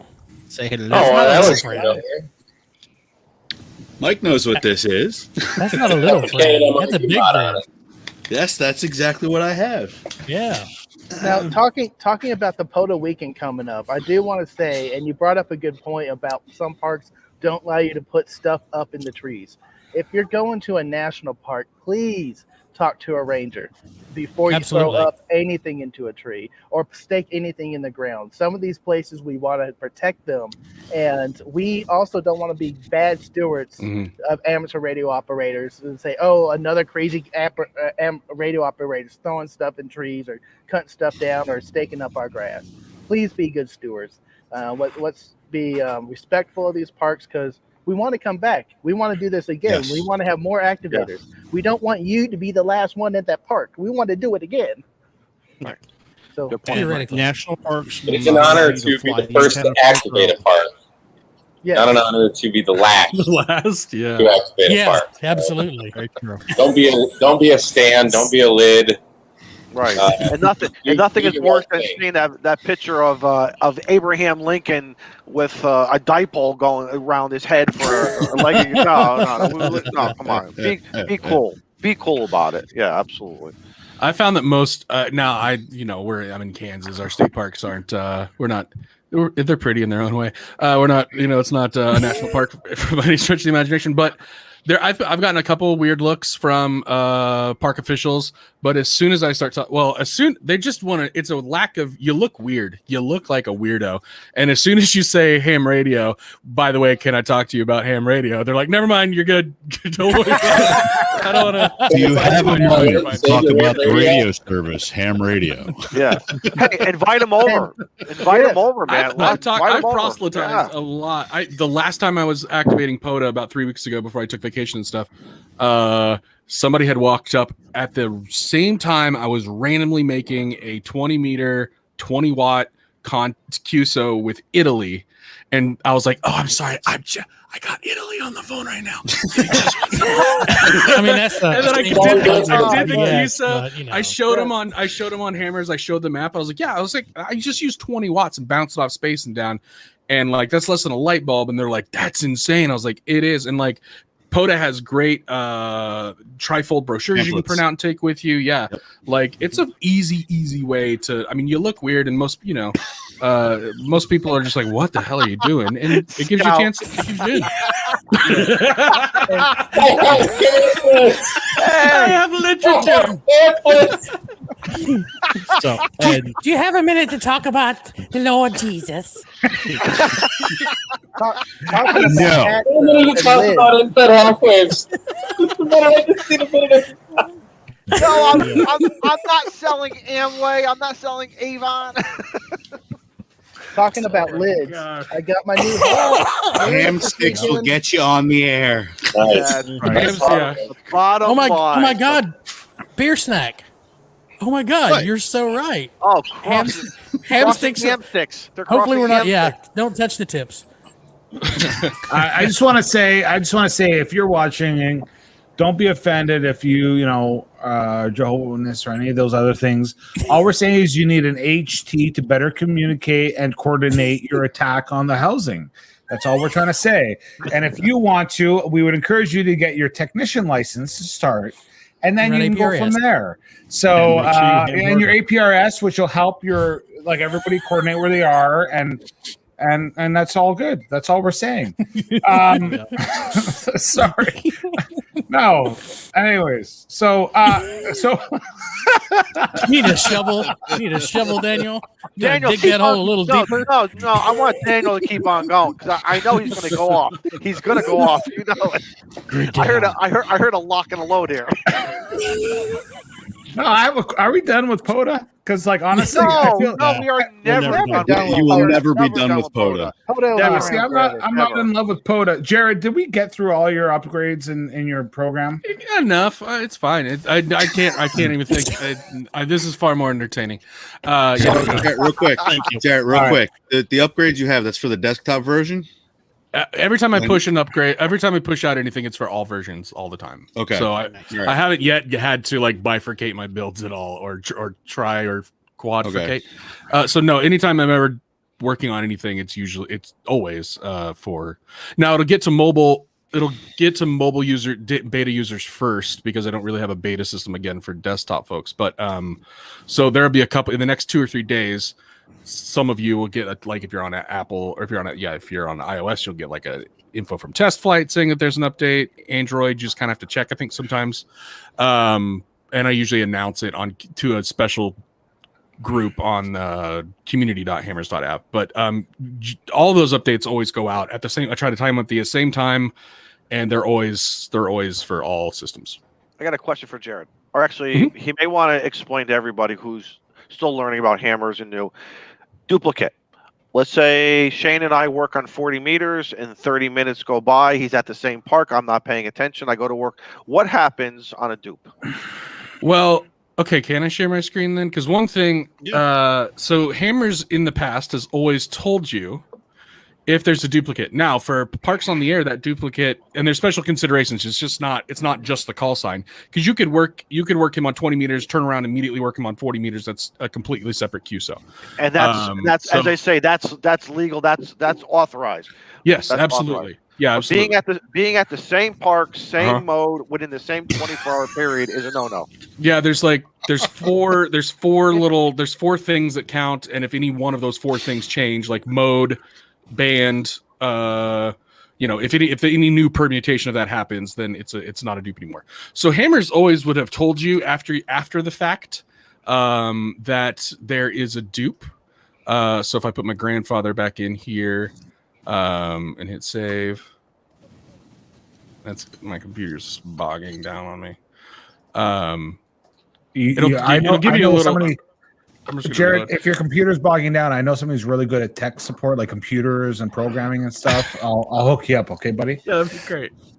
Yeah, I could use them at work. So it always would put a little dupe badge after the fact, but then folks so now it says this is new. It's not out yet. Possible duplicate. Jim Davis, 14296 on 20 meters 40 minutes ago. So I don't even have to. It used to be now if I hit save, this is what it has been doing. But a lot of folks are like, tell me beforehand. So that's this possible duplicate thing is a new thing that's not out yet. But this will always now if I switch to 40 meters, it'll not mark it as a duplicate. 7.188.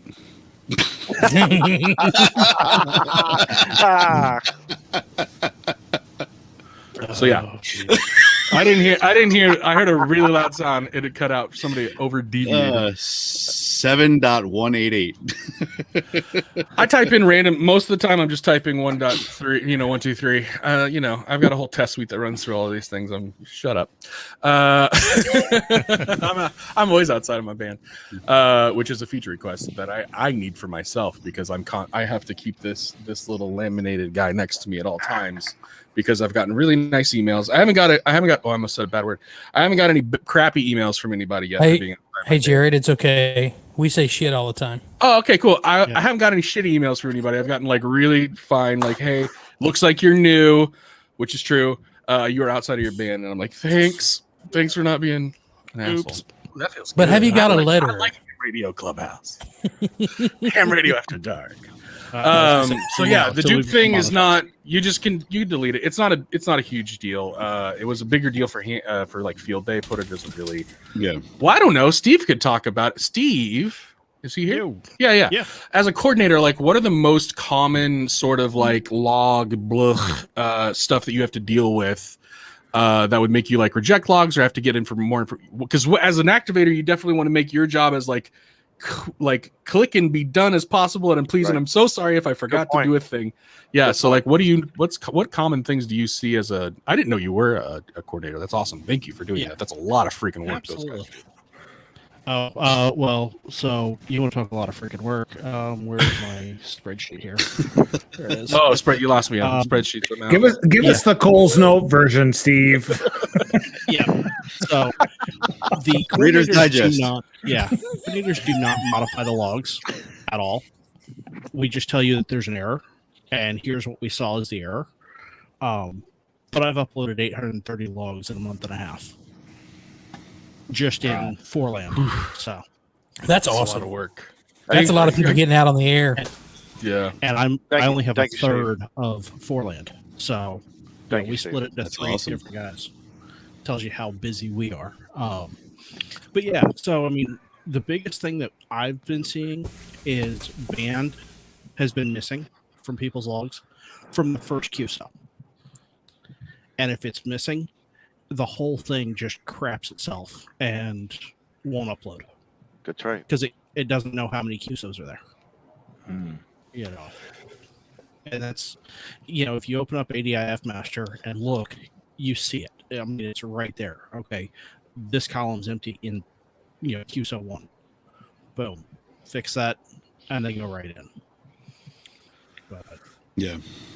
That was a problem in Hammers for sure. Sorry if you had to deal with. There was a bug, and I'm very sorry that it caused you extra work, or made anything crap to bed. There were sometimes the band would not persist. Yeah, I was logging in the app, just shit the bed. The only wait a minute. The only one that I've had recently, actually, one of my activators emailed it to me. 5.332 did not pull a band, but I put that in your community, so you already know about that. We're not going to talk about what band that is, so it's one of those channel-ass things. Oh yeah, that's also going out here in 11.0. Yeah, somebody on my that's me not looking at being a noob and not looking at this little chart here and seeing the bottom of that band, and I put it in the wrong.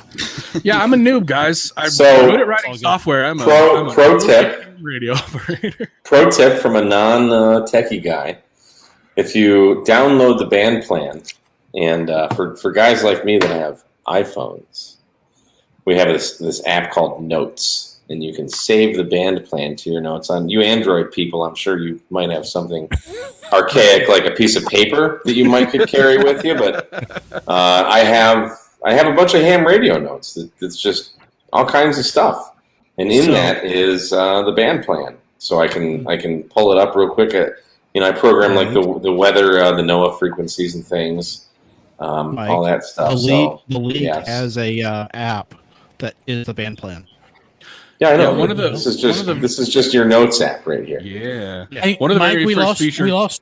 Hey, Mike, we lost your big mic audio. You're on your webcam mic, by the way. Oh, yeah. One of the very first feature requests I had, and I still haven't got around to it because it's not like a burning thing. It's more of a nice to have, is absolutely being able to, I'm a general, and then hammers will know, hey, you just typed in something outside of your band. But then I have a lot of international users, so I have to go learn how everybody else does it and make sure I have considerations for all that, because I have folks who've translated it into Dutch. Oh my God, German. It's Deutsch, Spanish, Portuguese, and Russian. And so I have to make sure that I take care of them as well, as far as whatever your class name is and what your band considerations are. Put that in there as well, because I don't want it to be completely US centric. One of the very first early adopters, Mike Maciel, I can't remember his call sign, CU3HY, I think. He was one of the very first dudes that picked up hammers day 2, and that dude's in Portugal. He rocks. Mike, you're muted. I know. How is it now? You're back. You got it. 5-9. Bodacious. All right. I want to change the topic. I'm just going to say this now. I'm tired of POTA. Can we change the topic? You're tired of POTA? I'm why tired are of you? POTA. Why? Tell us why. Tell us I'm why. not a POTA yet, guy. apparently. I'm not a POTA guy. So Yes, Right? you are. But there- Yes, you are. there's some, Marty had a comment. Fence, son. No. Marty had a comment a while back, and I want to have a conversation here, and I want the Any chat to other be day that would make me mad, Dan. But since you were very kind earlier in the stream, to me, I don't care about any of these other guys, but that is still a pretty sore thing you're saying there, eh? Hey, hosers, maybe you want to get off the POTA talk there, eh? How about you POTA your eyes out there, and maybe we'll go oot and a boot in here, drink some Molson's, but hey, you keep your stick on the ice there. Can I jump in here real fast? I'm losing my battery, so I'm going to say 7-3 to everyone. See you, buddy. Thanks for coming in tonight. man. No problem. All right. See you, Frank. All right. I want to talk about something. Typhoon saying I got to do a sorry. death growl. Poutine on the air. Nice, Jeff. Nice.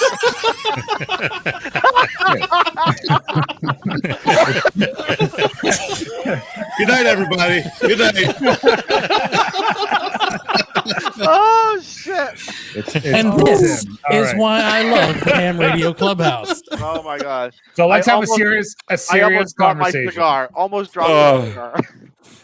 I want to have a We've serious. been having a so serious Marty- conversation for an hour and a half. Shut up. Yeah. POTA's not serious. You want to know what POTA is? POTA's like triggered. right now. Can we Right now, mute him? Be triggered. Wow, POTA's dude, like English I class take in back college where everything you I fall just asleep. said. That's all right. I didn't say it for love. Okay. Marty had a comment before that HRO is opening up 4 stores in Florida. I don't know if that's true. No. So No. it's not true. Fine. All right. Steve, Glark, how many exams did they do in the last year? Oh Jesus. He has a We need to ask Hold on. this ahead of time. Quickly, generally. Yeah, Just quickly. 10,000. 10,000. I think we've done Okay. 10,000. Average year is 7,000 before 2018. Just want to say that. So Rhea, who's amazing, I like her. She Oh, put here out a we go. tweet. I want to talk about this. And there's a reason why. Rhea put out a tweet, Yes. and I think it's amazing to ask the question, how do you get more people involved in amateur radio? Okay. You have him come talk on the Clubhouse. You POTA. give him a pamphlet. You give him a pamphlet. It's POTA's simple as the- that. So the first thing that came to mind I was reading the responses there, okay, and some of them were great, some of them are fantastic. But why do we keep on asking the people who have been in it for 30, 40 years what the hell we need to do to get people who are young, never experienced into the hobby? Why? Why are 40-year-olds barking around and telling 40 people have been in the industry for 40 years? The caribou is there. Caribou alert. No, I'm Caribou. serious. I You're just right. don't understand You're it. right. No, Right. I don't understand it. And meanwhile, let's go on YouTube. I looked it up today. You go on YouTube and you look at IC 7300. The biggest view is 245,000 videos. Okay, 245,000 views on a video. You look up Baofeng, whatever the heck it is. It's 1.7 million views for the biggest video. All right.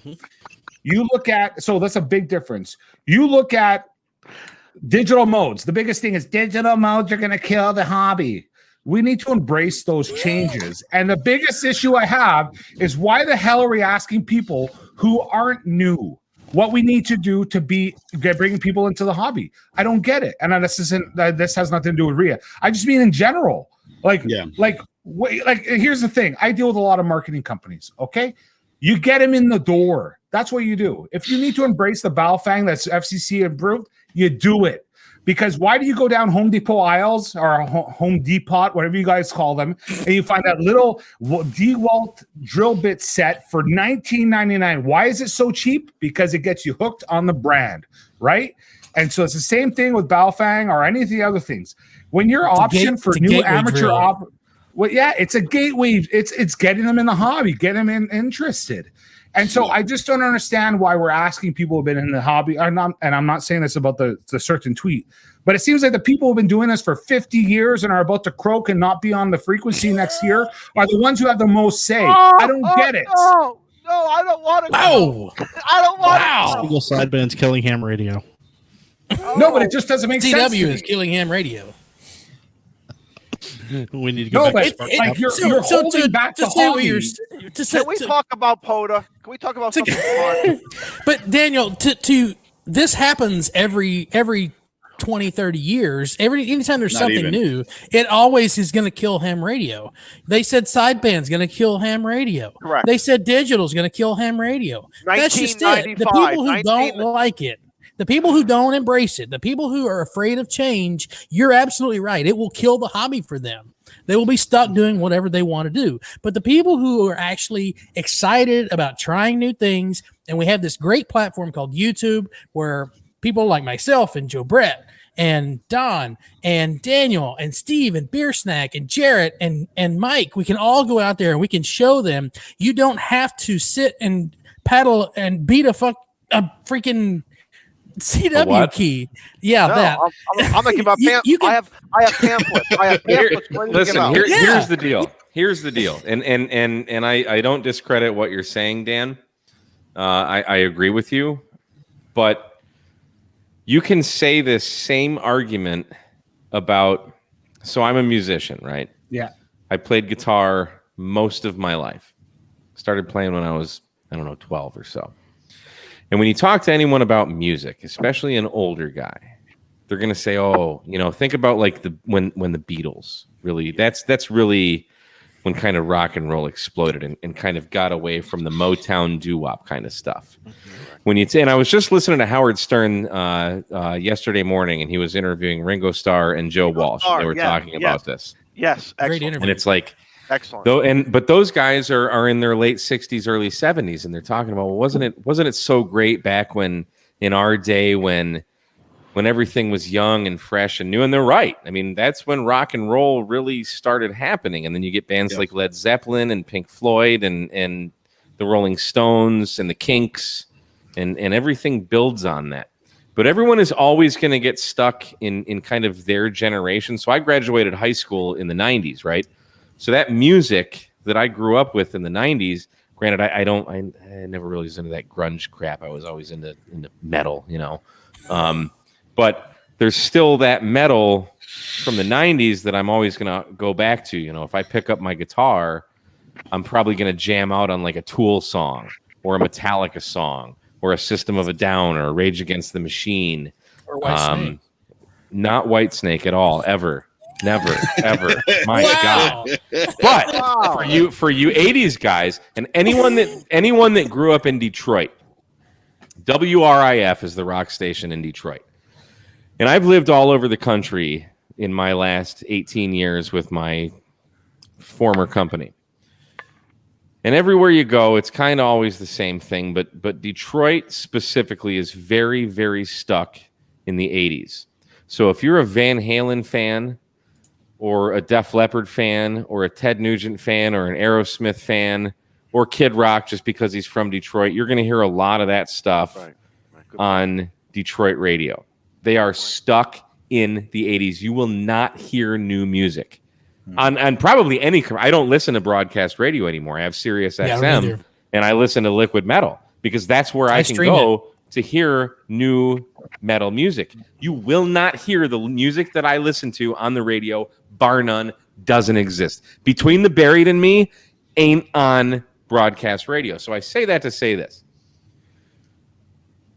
Everyone is always going to be stuck in their ways, and whatever generation they grew up in is going to be the best. And the new generation doesn't understand the way we had it, and I had to hike up 15 miles of 2-foot snow to school every day, uphill both ways. Both ways. It's always going to be the same thing. So the question that's posed is always, how do we get new hams or younger? I don't know if I'd go with the younger, okay? Younger is, guys, I'm 41 years old. I got into ham radio when I was 36. That is younger for this hobby. Now, yes, a Bofang is $25, and anyone, even a kid with a lawn mowing job or shoveling snow a couple days in high school, whatever, can buy a Bofang and a programming cable and download Chirp and get on the air. But who are they talking to? As a technician, I made some friends, I made contacts as a technician, but you always hear there's a lot of the older guys who are like, oh, well, you don't know code and you're blah, blah, blah. So there's a lot of negativity in it. And there's always going to be that. It's just a generational thing.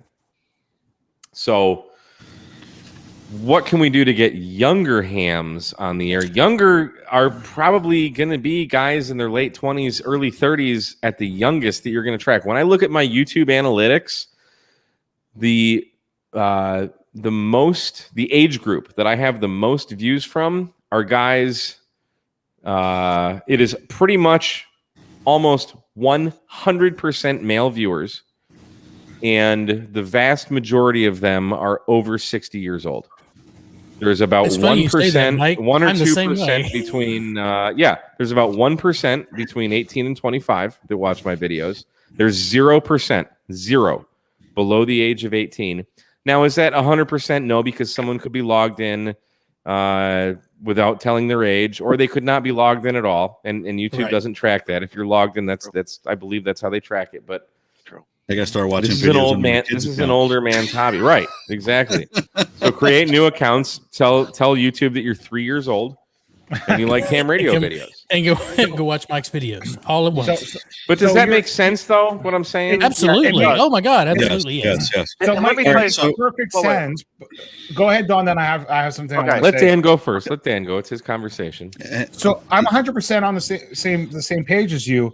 The problem is the perspective that I see that the organizations that are there take. For instance, music, you're 100% right. And it's like anything, you're going to have different opinions and people who are old, stuck in the old school, and people who are in the new school.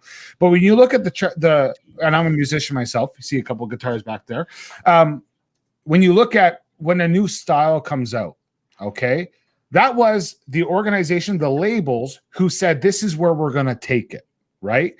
And so they brought it there. And that style of music, no matter what it is, from electronic to, say, Coldplay style music, they were the ones who said, this is where we're going. They had the vision and they brought the people with them. Right.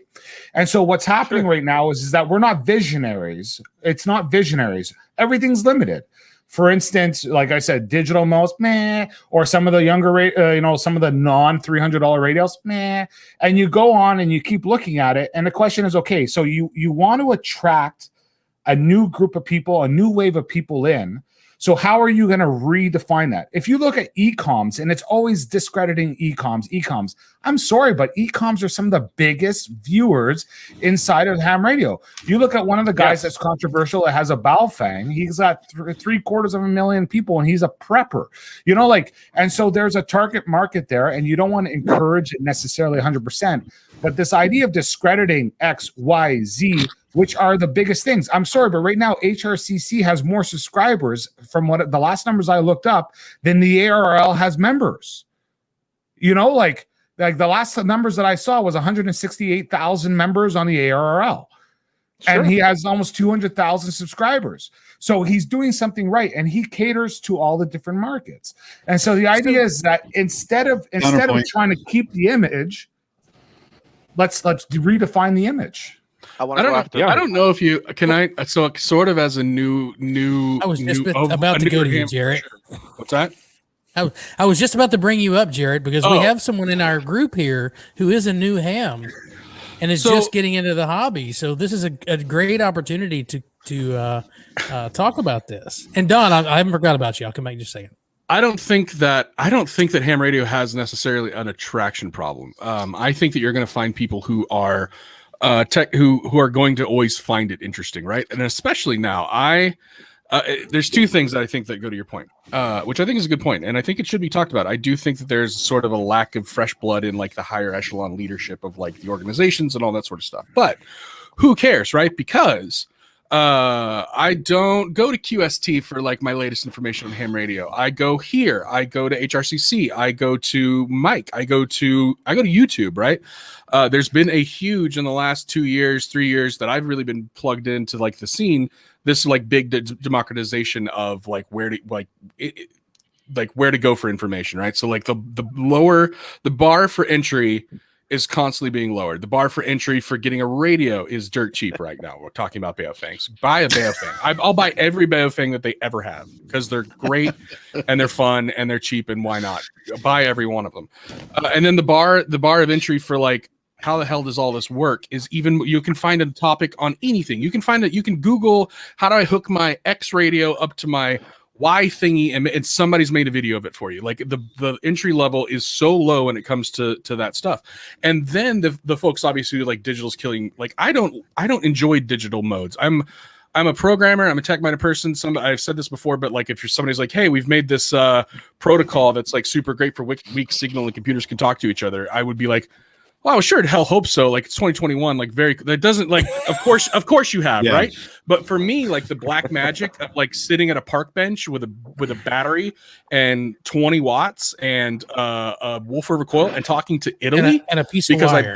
because I bounced something off of space, that's always going to be attractive to somebody, right? Like the idea of ham radio is always going to be attractive to the people who are going to find it attractive. So I don't necessarily think that you have like ham radio is not sexy. I mean, it's not. Have you seen mine? It's not. It's fun and it's a nerdy thing to get into. I have a video. You haven't on seen that. my 705, dude. You haven't seen. But I think it's my buddy. There it is. There it is. Jared, I'm 100% on the same page as you. 100%. Good. So Beer Snack, right. we'll go to you first, and then Don, I want to come back to your comment. All right, so counterpoint to you, Dan. Yes, Ham Radio Crash Course may have so many, viewers or so many subscriptions. I'm not gonna lie, I subscribe from 2 accounts. Okay. Well, so, that's what put him over the edge. That's what put him over the edge is my second account. But how many people have done it with more than one account? That's I would say a minority, because the reality is most people only have one. Yeah. So but yes, you're right. Yes, he's got more than the ARRL. But my response, I'm going to read my response to the actual tweet where it was, to grow ham radio and let it flourish, we must blank. My reply was, be respectful and kind to other operators on the air. Be welcoming to new operators and share our knowledge when asked for it. Learn at every opportunity, try a new mode, and then determine if it's going to be one you're going to use. Right. Have fun. Yeah. That's the big thing. Have fun. That was my response. That's the biggest problem, because when I got into amateur radio, when I had my Baofeng and I keyed up on the Novi repeater, Novi Michigan High, people came back to me and they just started talking to me and they welcomed me, and from there it just blossomed, and here we are today, right? But I hear time and time again that there's either no activity on the repeaters, or there's a bunch of old cusses on the repeaters that are, like we were talking about earlier, a boot. Got to keep it international. I mean that with the utmost respect. I had a friend when I was a kid named Laird Arnoldy. He lived in Canada somewhere. He'd come down to Florida for the summers and hang out. Oh, I know him. Yeah. You know Laird? Yeah. Good guy. It's okay. It's okay. My best friend's Canadian. We would go out in the boot because we lived in Florida and we all had boots, right? We go out into the ocean there and fish for the fish there, yeah. I had a hoot of a time there, and poutine didn't exist back then. But no, I digress. I don't know what I'm saying. Tell me to shut up. Spike guess right there. Spot on, Mike. Said YouTube ham radio guys are the reason I finally got off my ass and got licensed, and that is me too. Me as well, because they made it so easy. It's so much information, and you present it in a way, especially like Ham Radio Clubhouse. This is a fun stream. I enjoy watching the stream because it's a little bit more loose than some of the other streams. But you guys are like YouTube Ham Radio, which is a hell of a community if you really think about it. If you think about how many subscribers there are to go around, there's not that many folks who are into ham radio, and folks are doing really well as far as YouTube standards are concerned, like being a streamer is concerned. You know what I mean? Yes. That's crazy that this hobby can support that even alone, right? And I think that the YouTube ham community is a special it's so odd that for such a niche sort of hobby there's so much information. There's so many people, and I never get tired of it. And I'm one of those people who have a lot of hobbies, and like, I don't know, I feel like the amount of information, the amount of like, I remember a day I was watching YouTube streams and it just happened. I was like, I feel like I've just been watching ham radio TV all day long on YouTube while I've worked, because that's how much content was available.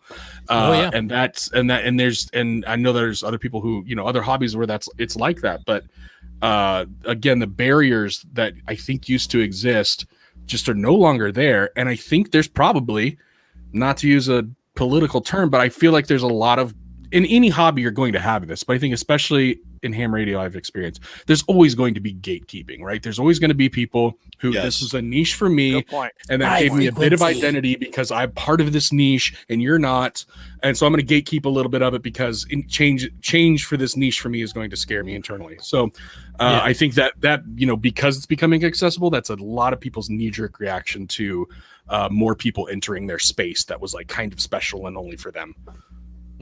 So Don, I know Don, I'm sorry I've kept you waiting so many, but Don, you have a unique perspective because you look at this from when you and your dad and y'all were, you know, when W1FYG was doing radio, and then now here you are on YouTube and doing all this really cool stuff. So you have a really unique perspective of the old guys versus the new guys. I'm not calling you old, don't get me wrong. You're still my best friend, but fire away, man. What were you wanting to jump in there with? You know, Mike's analogy is absolutely correct. Because, all right, so you all know I'm 57. Okay, I got licensed in 1989. And yes, when it comes down to the age groups, and if you listen to on Hamden Thoughts, my interview with Dennis, you know, in his podcast, again, at a certain age, you kind of come into a hobby, and then you hit, you know, 8th grade, freshman year, and it is true. It's natural. It's natural. You're going to get attracted to the opposite sex. You're going to have fun. You're going to get into rock and roll, sports. You're going to come out of certain hobbies. It is what it is. You can't change something like that. But then all of a sudden, as you get older, you kind of float back. You may see a guy at a park, and then you may ask him, hey, what are you doing? Or, you know, what's going on? And, you know, you may think of somebody who did shortwave or who did ham radio. You spark your interest. I tell one of the stories back on Dennis's podcast when I talked about the guys. If you guys remember the PL story, I said guys were fighting over the PL or not the PL, the repeater and all this other stuff. Mm-hmm. And then here we were in 1995 when Windows 95 comes around, and this a different argument, but with the same intensity of the internet is going to ruin amateur radio. It did not. It did not. The internet, and thus YouTube now is many generations after, has now supplemented this. As the old guy who still listens to the great rock and roll, and I do miss the old rock and roll. I do miss it. I really, really wish it was still playing, but it is what it is. But guess what? This is why I'm on Sirius XM, you know, and everything. But my point is this: Sunday, I believe it was Sunday night, I'm watching Jason's stream with Dennis, or with Jason, KC4 ACK. I know nothing about this pie stuff, but let me tell you something. Dennis, I keep saying Dennis, I'm sorry. Jason broke it down of the pie and the downloading. For a guy like me who knows absolutely nothing, the man spoke to me where I was able to comprehend it. I'm not ready to get into it, but guess what? It made it very interesting. And it opened my world to something new. The guy down below, MRD, opened me up to POTA. I told him this a million times. I told the story a million times. Mike introduced me to POTA. He got me out of my backyard to say, if he can do it, I can do it. And I want to have the same fun as what he's doing. Am I the exception? No. There are many guys like me in our 50s that were having this rebirth. And it's fun. It's keeping us young.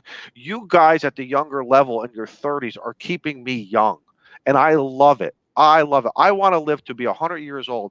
I will not be that cranky guy. I think you guys know it. I'll never be that cranky guy. I got an email last week, or actually around July 1st, of a girl this little girl was having a hard time with field day. Because phonetics, kids don't understand phonetics like how we do. I told her she's doing a great job. It took her maybe 5, 6 times. I didn't care. I patiently gave her my call sign. I tried it different ways. I told her, "You're doing a good job." A week or two later, I get an email from her father who said, "Thank you. You made my daughter smile." You know, that brought a tear. I should say almost. That brought a tear to my eye as I was reading that email. That I made somebody happy, didn't push them away, and it came from from my heart. And I think if we just continue to do things from our heart, we will continue to have fun. We could find new avenues to open up. New avenues open up more things now in this hobby, and it just keeps on going. Your point is correct, though. There will always be the angry. There'll always be some frustrations. I think those are a very small minority, and sometimes they get more attention than the good of the 8 people on this stream, as well as the many, many good people in the chats and the YouTube channels that we follow. Sometimes maybe we don't get that recognition. I'm not looking for recognition, but if I can make one person happy, introduce one person to what we're doing, that's good enough for me. Good enough for me. I agree with that. I was going to also say from a simple proselytizing standpoint, I have been able to find, unlike any other hobby I've gotten into, I can always find an angle to talk to people about ham radio. There's within a niche hobby, there are other niches, right? Oh, you enjoy building stuff. You enjoy the maker community. Well, here's how you can get into that with ham radio. You enjoy computers and Raspberry Pis. Here's how you can get into that. You enjoy just like going outdoors and like being outdoors. Here's how you can get into that. There's some subsection of ham radio that you can like maybe steer toward. Like it's a small niche, but there's like so many little things you can get into within this hobby that I've always been able to find. Like, oh, you're a maker. Well, here's what you're gonna like about ham radio, and then talk to them about Pi stuff and all this, or building your own antennas and all that sort of stuff. There's always something to steer people towards. Yeah, look. We said it earlier too. You guys were you're making fun. Well, you're not making fun of me. You're joking with me as my brothers. Okay, I love you too.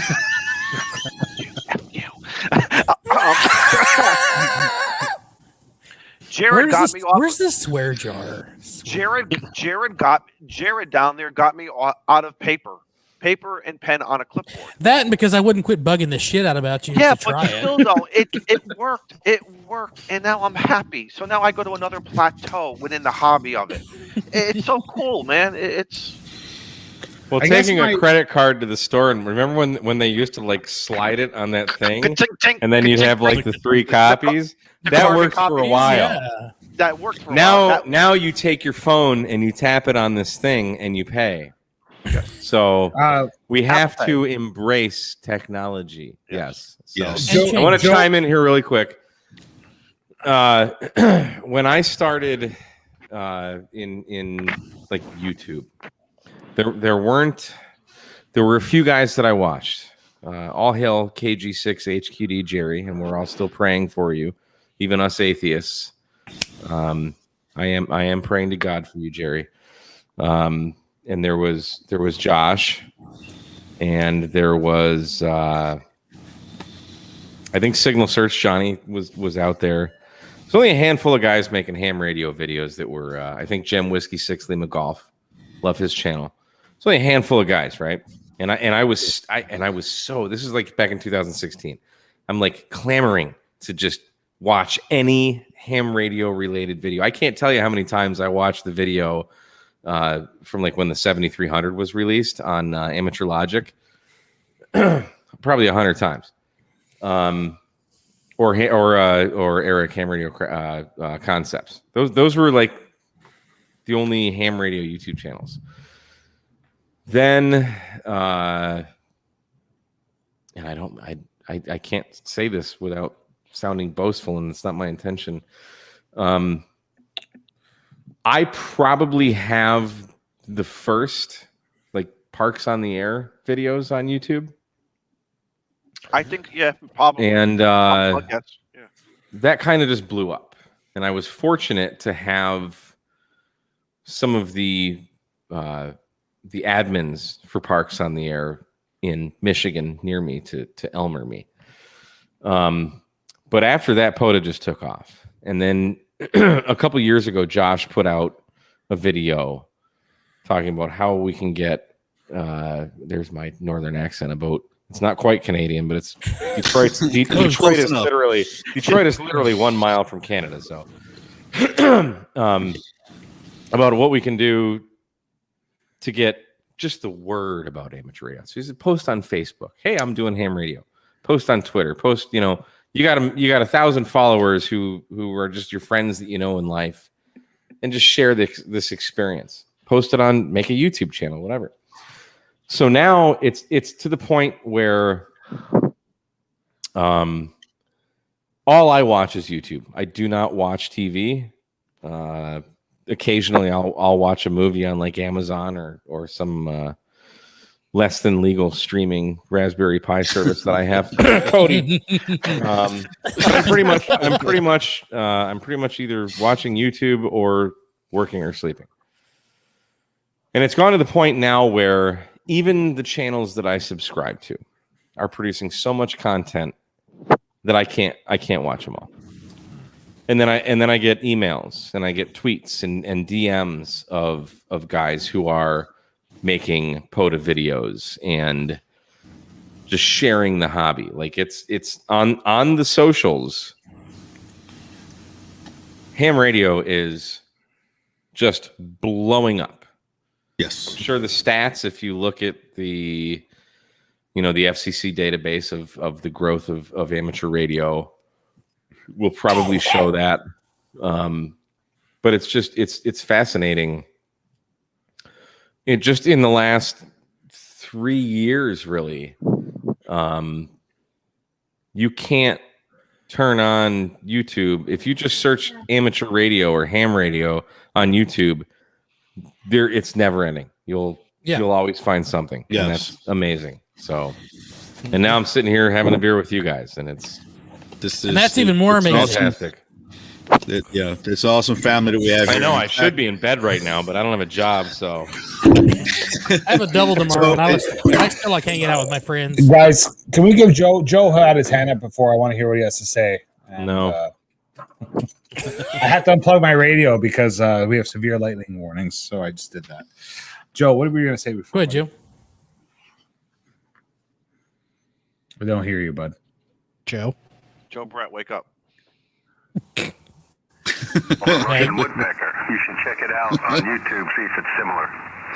No, there's not enough time in between for the reflections to come back. It wouldn't be I don't think it would be the woodpecker. The woodpecker gives out a spike and then it listens for a while. But this thing is Is that now? Did you hear it? Oh, yeah. Well, I'm getting it. Dude, you got to record that crap and send it to me for Grumpy OM's website. Yeah, absolutely. So rolling back through the chat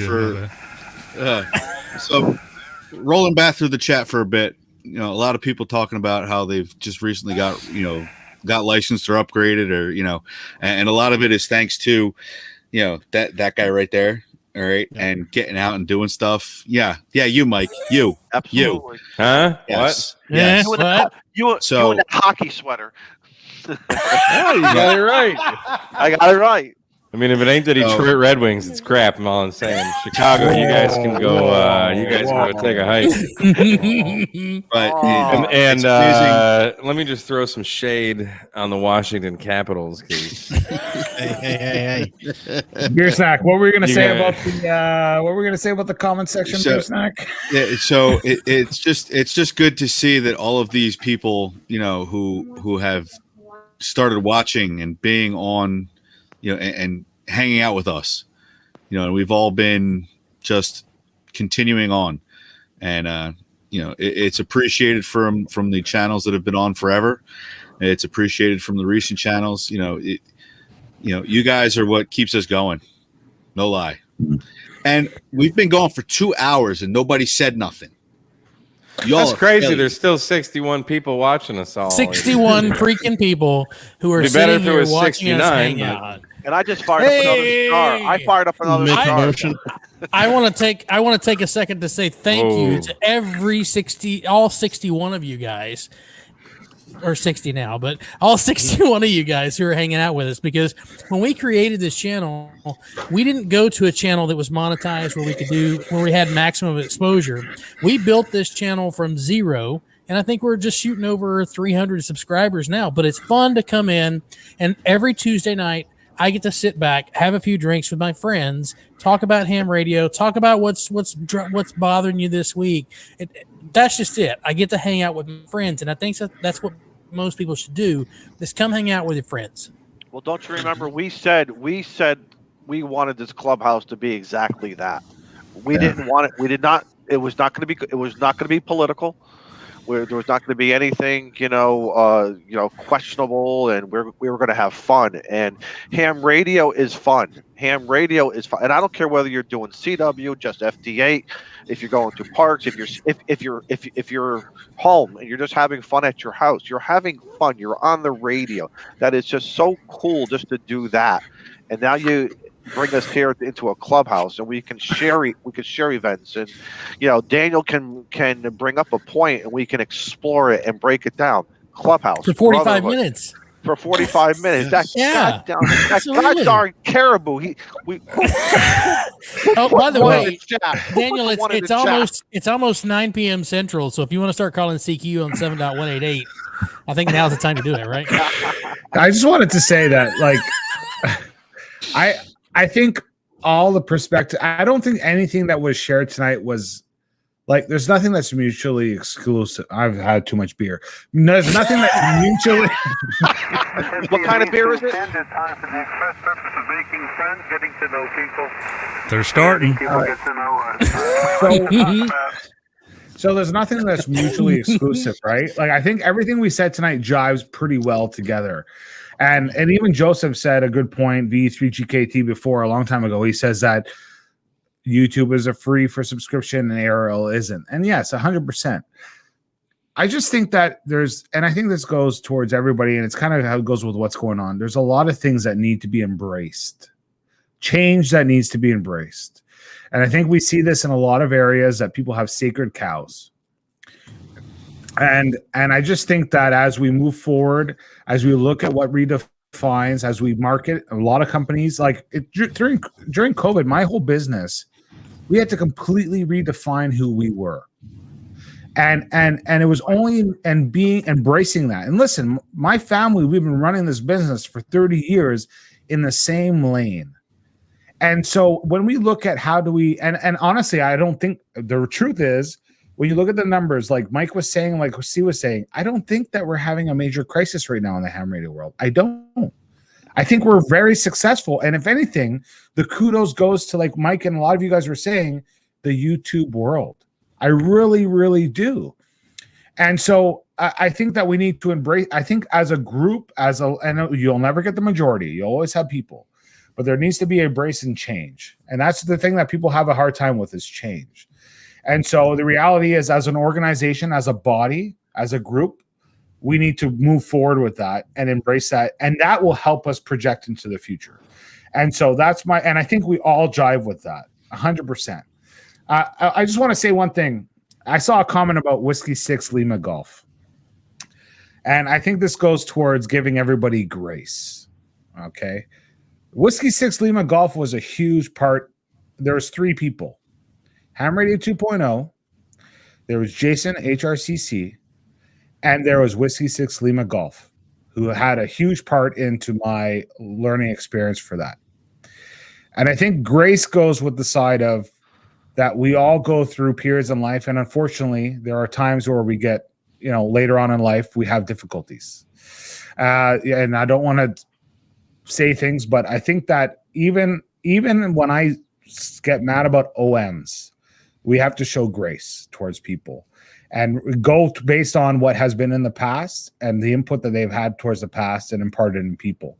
I'll make a mistake tonight. Some people will be mad with me tonight and what I've said, and I'll probably say something next week what's been bad. But the reality is that we've all said stuff, and we have to show grace towards each other, or we're no better than the other guy.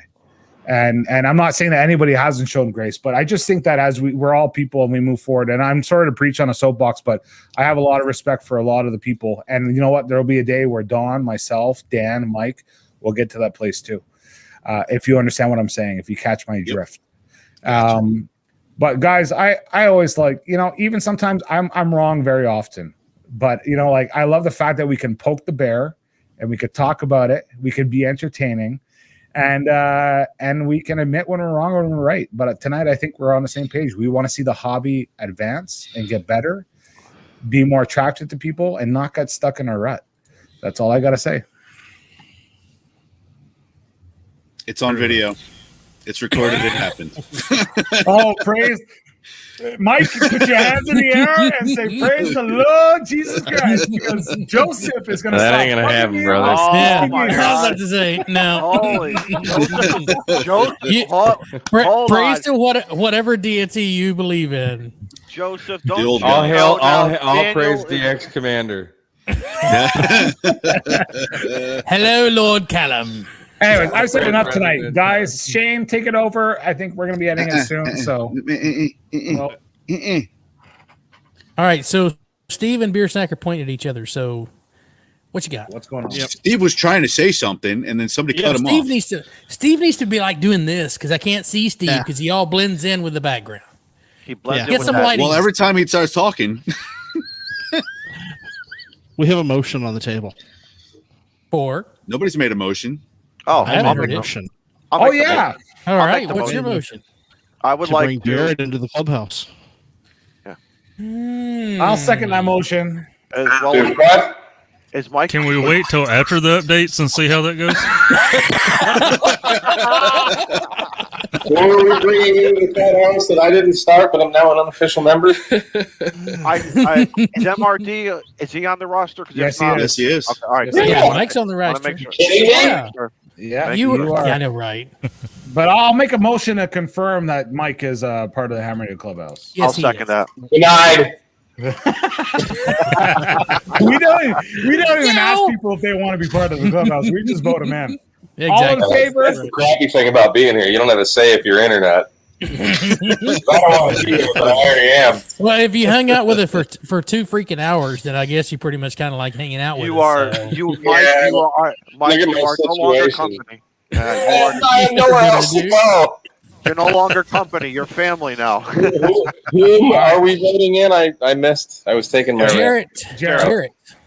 Oh, Jared, my God, absolutely, 100%. You guys don't even need to vote. KMRD radio stuff says he's in. He's in. There you go. Rubber I band. don't even know what he's done for him. So how much? None of us have done anything even close to comparing to what he has done as selfless. I That's can't so even true. imagine the hours and hours and all the and the criticism that he's had to endure. Well, you should put APRS into that. Blah, blah, blah, blah, blah. You should get make control into it. Blah, blah, blah. It's a logging software, boys. For POTA. Can you make it for Roku? Can you make it for Roku? But if you guys want to vote on it, I'll go aye. Aye. Aye. I'll in oppose. Hey, Jared. He's like, I oppose. I oppose. Right. So welcome to you nothing. saying this? Exactly. That's awesome. Thank you. All This right, is guys. this is one of my favorite like I said, I don't get to watch it live usually, but I'm gonna try it because I got kids. They're at the pool right now. we advise told that my you wife, wear I was like, headphones if you're around your kids. oh no, it's not. Yeah, it's not that. It's just family time. But no, I absolutely love Clubhouse. It's I don't know. It's a different beast, and I really enjoy it. I really like. It's fun, and you guys get into stuff like Dan did tonight. You guys get into stuff that a lot of people just don't. And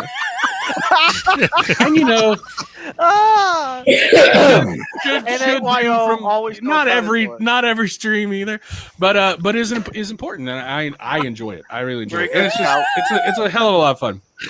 Pilot. Yeah. So Somebody are did. you? I don't feel bad. Somebody did say they had they were trying to get Blackberry. it onto some blueberry. Well, Blackberry. I was just going to say, Blackberry? well, what's my Blackberry? Is Hammers going to have any kind of like Clippy suggestions? You're going to work with Windows 95 at some point, or There's a Hi. Hi. And then will there be a screensaver with the pipes? How many of them insane comments do you get every day, Jarrett? About like specific the APRS guys are nuts. I think when I first got started, I got a lot more of them than when I think there's a lot of people. I don't know. I think I got a lot more of them than I do when I started proving myself, for lack of a better word, just like showing like, hey, I got it. I know what I'm doing, and I'm listening and I'm receptive. I think people just thought they were shouting. Wait, hold on, wait a minute. For SKP, flip phone. no, SKP needs it for that phone with the big numbers. That's what he has. Oh my god! I love. There are Easter eggs. JT65 anytime soon? I think there are Easter eggs. I think I need to add Clippy as an Easter egg. Yes, Mike I has his own agree. Easter egg. I agree. Put that in there. Don't give me any more Easter eggs. I'm good. I like that. don't mug with mine. Don was asking if it worked on his Beetle or Bug, whatever that giant flip phone is with the big numbers. The Jitterbug. There we go. Can you make You can it always Ham rely and on the chat. The chat's We're going to start supplying carbon credits. Yeah. So Jarrett, for all these people that keep requesting all these changes that you don't like, this is all you got to say to them. All right. I want Stan Lee to do a cameo to show me the tutorial. So do I. I figure he's no longer with us. Figure that out. I come from the gaming industry, so I'm used to users being, Are there going to be aliens attacking us in hammers soon? Is what? I didn't catch that. Can we get we talked about this. Can we get a blood mode once you've hit 10? Oh, for nighttime. Splatter the screen. That was what I was going. That was what you activated the park. That was what was your murder mode was going to be. That wasn't even my idea. That was someone else's, but I thought it was a great idea. But what I have, which we will keep secret, is. Jared, I do want to know when there's going to be a Ham Radio Clubhouse version of the Hammers out. Just saying. So there you go. How awesome is that Jason KM4ACK is going to build that into his Build-A-Pie script. Like that's amazing. Dude, Yeah, he's got the best customizable banners or something. Dude, if you want ham radio on a pie, easy done. Exactly. My shack is run entirely. All of my radios are run off of one Build-A-Pie called Hambot. That's what I named him. And I take him to the field with me. I take him to anything. I can hook him up to any of my things. It always works. His script always just updates what it needs to. Linux, I don't like. Linux can be difficult, and Linux can be especially difficult if you're not a computer person. I'm not a programmer, and he's not. And what he's pulled off, I honest to God, I gush about Pi. I've talked about it to other programmers who are not in the ham space at all. Yeah. I'm just like, go check out this dude's like free like Pi like Linux script he's been doing, and they're like, holy hell. And I'm like, yeah, dude, I don't know how he does. He's a photographer. Yeah, exactly. That's his profession. He's a photographer. Yeah, it's insane. For like sports, like not even Very professional. good, like, very good, Ron. Hey guys. So Dixie DX is wanting to go live soon. So Sorry. I hate to cut the conversation short, guys. It's been fantastic. And Shane, do you want to? Oh god, we'll cut it at the half hour, Dixie. If you want to go live at the half hour, we'll cut it at the half hour. Yeah. So let's do you want to do the round circle there, Shane, and then let her go. What do you want to do? I didn't have any plans actually. Just sitting here chilling with my homies. I'm just smoking another I was cigar about to. here, man. I was about to go fill up my glass for another round of whiskey. We're 2 hours and 15 in, so I needed you guys, man. I gotta tell you something. I said it earlier, man. It was a crazy last 8 days for me in my personal life, and it's just so good to be back with normal people. Stop calling me normal. Normal. I refuse to accept you calling me normal. You are normal. You are normal. That's We're right. above normal. That's right. That's right. You're number one. All right. Exactly. Well, I will start with myself, and we'll slowly make our way around to chat with everybody. But you can find me this side of the radio. The links to everybody, I will add Mike, and I will add Jarrett to the. I think Jarrett's already in the description. I will add everyone's YouTube channels down there after we're done tonight. But go check out everybody on the stream tonight. Go check out their YouTube channel. You're definitely going to find something different from each one of us. We may be covering the same topic, but you're going to find something different. Good point. And hit us on Discord, the Toads Discord, as well as the K5YVY Discord is linked down in the description as well. Join us there. Ask questions. Come hang out with us. Just do it. Get on the air, as Bisnack said. Get on the air legally. Yeah, legally. But yeah, so this weekend, the only thing I've got coming up, I'm gonna put out a video next week before the clubhouse starts up. I'm gonna film the activation with Jason, Ham Radio 2.0 for POTA. So I'm gonna film that. I'll be filming that. So you'll probably see lots of Shane sweating. I will keep my clothes on, I promise. Yeah, thank you. But yeah, I mean that's about it. I think I've gone a month now without posting content, and for those that are subscribed to me, I apologize for that. But it's hot in Texas, really hot. So, but anyway, Don. Well, I don't have enough towels to keep myself from dripping. Don't forget to bring a towel. Exactly. Howdy ho. Oh no, Mr. Hanky's here. Tyler, you got some popsicles down in the basement? Get your fat ass over here now. I don't have a basement, but I got some popsicles. See. Remember the scene where they? I think it was the Y2K. It was the Y2K one where Herbert was leaving voicemail after voicemail on the phone, and at first it starts off Where's sweet. the paper boy? Where's that paper boy? Get your fat ass over here! Boy. I'm on my paper. Oh. Get your fat ass over here. There you go. So I will start with Don. Whiskey 1 Foxtrot Yankee Golf. What do you got coming up? I know you have a video for next week, and I'm going to make sure it gets posted next week. Yes. I'm not going to make sure. I'm not going to let people get. I really had a fun time. I had a fun time at the field day in my backyard, so that's going to get posted. I'm going to be filming this weekend. I haven't decided how many parks I'm going to do. I want to do a late shift, but most of my parks are gated, so I got to be a little strategic and see if a park ranger will let me stay a little bit later. I got some ideas I want to do. Like I said, I got a surprise thing that's going to keep the bugs away. There you go. Hey, real quickly, we talked about giving back and talking and helping and everything else. I went to this great cigar shop, Bongo Ron's, locally here in Old Saybrook, Connecticut. The man spent over 45 minutes with me, talking to me about my cigars, what I smoke, and he took the time. Mentor, Elmer, whatever you want to call it, and he introduced me. He put 10 cigars in a box, and I've been saving the wrappers. I had 2 tonight, and I'm going to put some notes on them. Then next week I'm going to go back, and he's helping me. That's the point. That's awesome. The man took the time to help me. So, and he gave me a cool T-shirt. I said I'm going to wear it tonight on the YouTube show. They also sell them online if you want. But the point is the man took the time to help me. And that goes a long way. So like Jared down there, again, customer service to me is always important. So follow me on Twitter. Follow me on my on the YouTube, Smoke Signals RF. We'll have some fun. And who knows? You may see my wife throw some water at me, or maybe I'll throw some water back to her. So also this weekend, if you're out hunting POTA, reach out to us if you work all of the W2 HRC stations. There'll be a stroke 5. I think there'll be a stroke 1. But 1. Yeah. So 4, 5. And I'll be 1. So and 2. I'm operating without.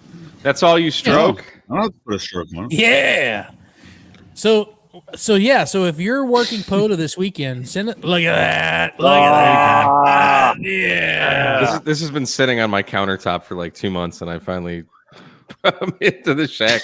It's gotta go on the go on the toolbox. It's Hey, all Mike. your fault because you got me into POTA. It's all your fault, Mike. It's all your fault. Sorry, not sorry, buddy. You're my greatest alibi. You're my greatest alibi. So reach out to us if you make contact with all of the stroke whatever or all the call signs for the Ham Radio Clubhouse. Reach out to us.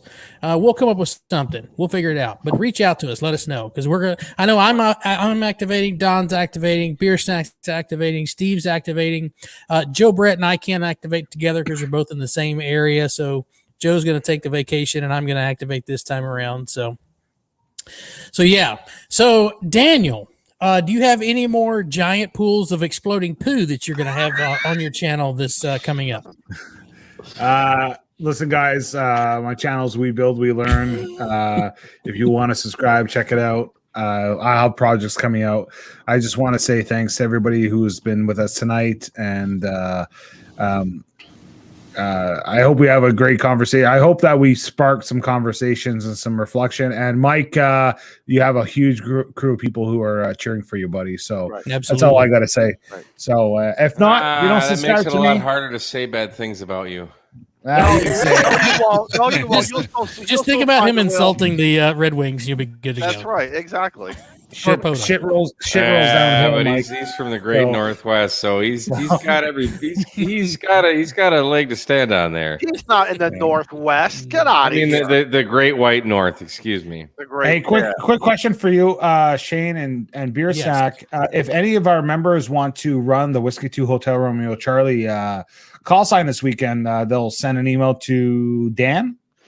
They need to reach out first to Dan so we can coordinate. That way we don't have overlaps. But yes, if you're a member of the Ham Radio Clubhouse and you want to use the Clubhouse call this weekend, reach out to us. Let's coordinate that because we want to make sure that we keep that all legal. We don't want any rogues out there. Yeah. But yeah, so let's because I want that plaque. If we get that plaque, I got to come up with something stupid for me to do if we get that plaque. But I'll do it. I got some ideas. I got some ideas for you to do something stupid. Don't worry. You know me. I'm all right with doing stupid shit. Yeah. Can I rag on Canada for a minute? Yes, absolutely. The Canada Goose. The Canada Goose can go frig themselves. Just saying. Those guys are a-holes. All right, Joe Brett. Oh, my turn. turn. We'll get to our guest here in just a second, but yeah, Joe Brett, you doing anything this weekend for Parks on the Air or what you got coming up on your channel? Hopefully, we're going to see you live soon. Maybe you missed me last time. Yes, yeah, you did. I had to work. So anyway, we'll be doing some POTA chasing, I guess. We'll be playing with the new radio that's set to come in if FedEx doesn't destroy it on the way. And we're gonna be chasing some Ham Radio Clubhouse. Yeah, that's what this is called. Stations. Try to get some of those in logs. So. Nice. There you go. Absolutely. All right, Steve. What you got coming up this weekend? I know you're doing the radar run. So. Yep, I'm gonna do at least a 5-park radar, maybe more. I'm gonna try for more. We'll see what Sunday brings. Nice. So, yep. But in my upcoming videos, you'll see some drone footage because I got my Part 107. I saw that. Congratulations. That's awesome. Congrats on getting the 107 for the drone. You're a pilot. We should do some air-to-air drone work in the Montesanium. Yep. I got to call them and verify that they'll allow it first. Yes, they do. I've already got the permission. Okay, you've already got that cleared because national parks it's out, but state parks there's local stuff. Yep, I've got the email giving us permission, and I have the instructions we're supposed to follow in order to be compliant with them. Nice. Okay, cool. Yeah, send me a we're good to go there. Yep, absolutely. All right, Jarrett, over to you, my friend. Looks like you're a cigar guy. How did I not know this? I'm a cigar chewer guy. I rarely light them up. I'm going to be out this weekend too. If you're ever come across KB0ICT, and there will be now in Hammers in 11.0, you'll know if you do. We'll get like shooting stars. Clippy comes up. Yeah. And so it's like, yeah. Let me know. That would make that always makes my day. I had a couple people once in there, a park to park, and he's like, "Are you?" And I was like, "I am." And he's like, "I'm using him," and that just makes my day to hear people using it. So I will be looking for all of you for sure. I'll be out. I'm trying to get some folks from my local club out. So get out there, and every day's field day with POTA. That's the fun part. I love Hell it. yeah. So we'll see you out there. Absolutely. That's a shirt, by the way, that you can buy on Hammers. Whatever it is. I have that shirt. So Excuse me. On that note, Field day. everybody here has some merch available, and if you'd like to support the channel, you can do so by purchasing anything. Not everybody. And Daniel, you can support the Ham Radio Clubhouse by buying from any of the other folks who do have a merch out here, because everything funnels up back to the clubhouse. Daniel anyway. will have a caribou or a moose. he's got Moose Radio. Grapevineamateurradio.com if you want a ham harder right here with the Kid Marty radio stuff. Yeah, there's several good designs on that. And I mean, just look at the power coming out of that. I'm probably going to adds have 60 that this weekend for my you POTA. go. I want to make sure. You should. Oh, look at that. Look at There you that. go. That's the happy skull guy. That's the one that I have, the Happy Skull guy. So so there's some merch links for everybody on the channel tonight that's in there if you want to support the channel. This channel is not monetized. You can't super chat us, but you can support the people that are there by just buying stuff as well. What else we got, guys? I feel like a radio announcer, but I haven't missed it. Somebody's coming in for a last minute farewell. Oh, well, whoever's running the back end of this, bring him in. It's hold on. Who is it? Hang on. Oh, I could do it? Yes. It's Tank Radio! I'm Frankie! And you're watching Clubhouse! Woo! Okay, is it safe to come back? Okay, yeah, we're good. Thank Go you. ahead, Tank. Poor Mike. His was stuck in his ears. I was Compression. I was waiting to come on after the stream went off, but you said you had to do something crazy. We will do it. Me and you will figure something out, Shane, if we get that plaque. Yeah, I'm totally We'll come on up with board. I something. am jumping on this train. We'll do something, and that's what drew me in. But I'm thinking a Tank can of Radio. gasoline and tannerite, something like that. But you know, I thought about that. Ooh, I need to be there for that. Hey, let me just say, if there's going to be any of these, hey, y'all, watch this kind of things, We'll get you up here, Mike. I need to be there. Isn't there going to be some water involved where we can If you're projectiles can go out in the water? If you're ever going to say, hold my beer, I don't want to be the guy holding your beer. I want to be the guy standing right next to you. There you go. Exactly. Whiskey. Hold my whiskey. Yeah, hold my whiskey. I don't want to spill this. Oh, well, I'll shoot that real quick, and then I'll. Hey, Tank, for those people who still want to be watching something on YouTube, what's coming up after us as an option? After us? Oh, we have Dixie, DX Dixie's coming up right after us, right? That's right. Yeah. Yep. So if you guys are looking for something at the half hour mark, go check out Dixie DX. Please do go over there. If you want to look at something slightly better than we look like, if you want to see hair, I think we're not crashing the stream tonight. Yeah, hair in the right places. Where's Jason? We could totally crash the stream. Take his head off. Well, we she did puts the last link weekend, out and she lost subscribers, Mike. Maybe she could put a link. She lost subscribers. What'd you say? Shame, well, yeah, I ran my mouth. But boy. I do want to say really fast though. Sorry, Kat. I broke 1,000 subscribers. Congratulations! I was about to get to that. So everybody, congratulations! Congratulations! Woo! Just need to Thanks get the so watch much. time up. Free Tank. Talk about all accounts. Right? But thank you. Seriously though, everyone who subscribed to me, thank you for making that happen. I love doing this. I love making videos. I will be probably filming some video from this coming weekend. And coming up on my channel is going to be a video of me and Mike. We're going to be talking about actually hammers and how to export your logs from hammers into the POTA stuff. The stuff I sat there for a month. I know that's going to be. Where was I for that?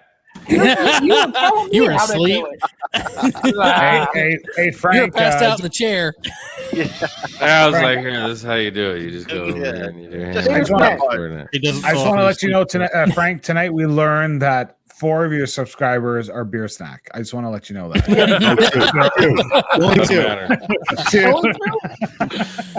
got 2 here.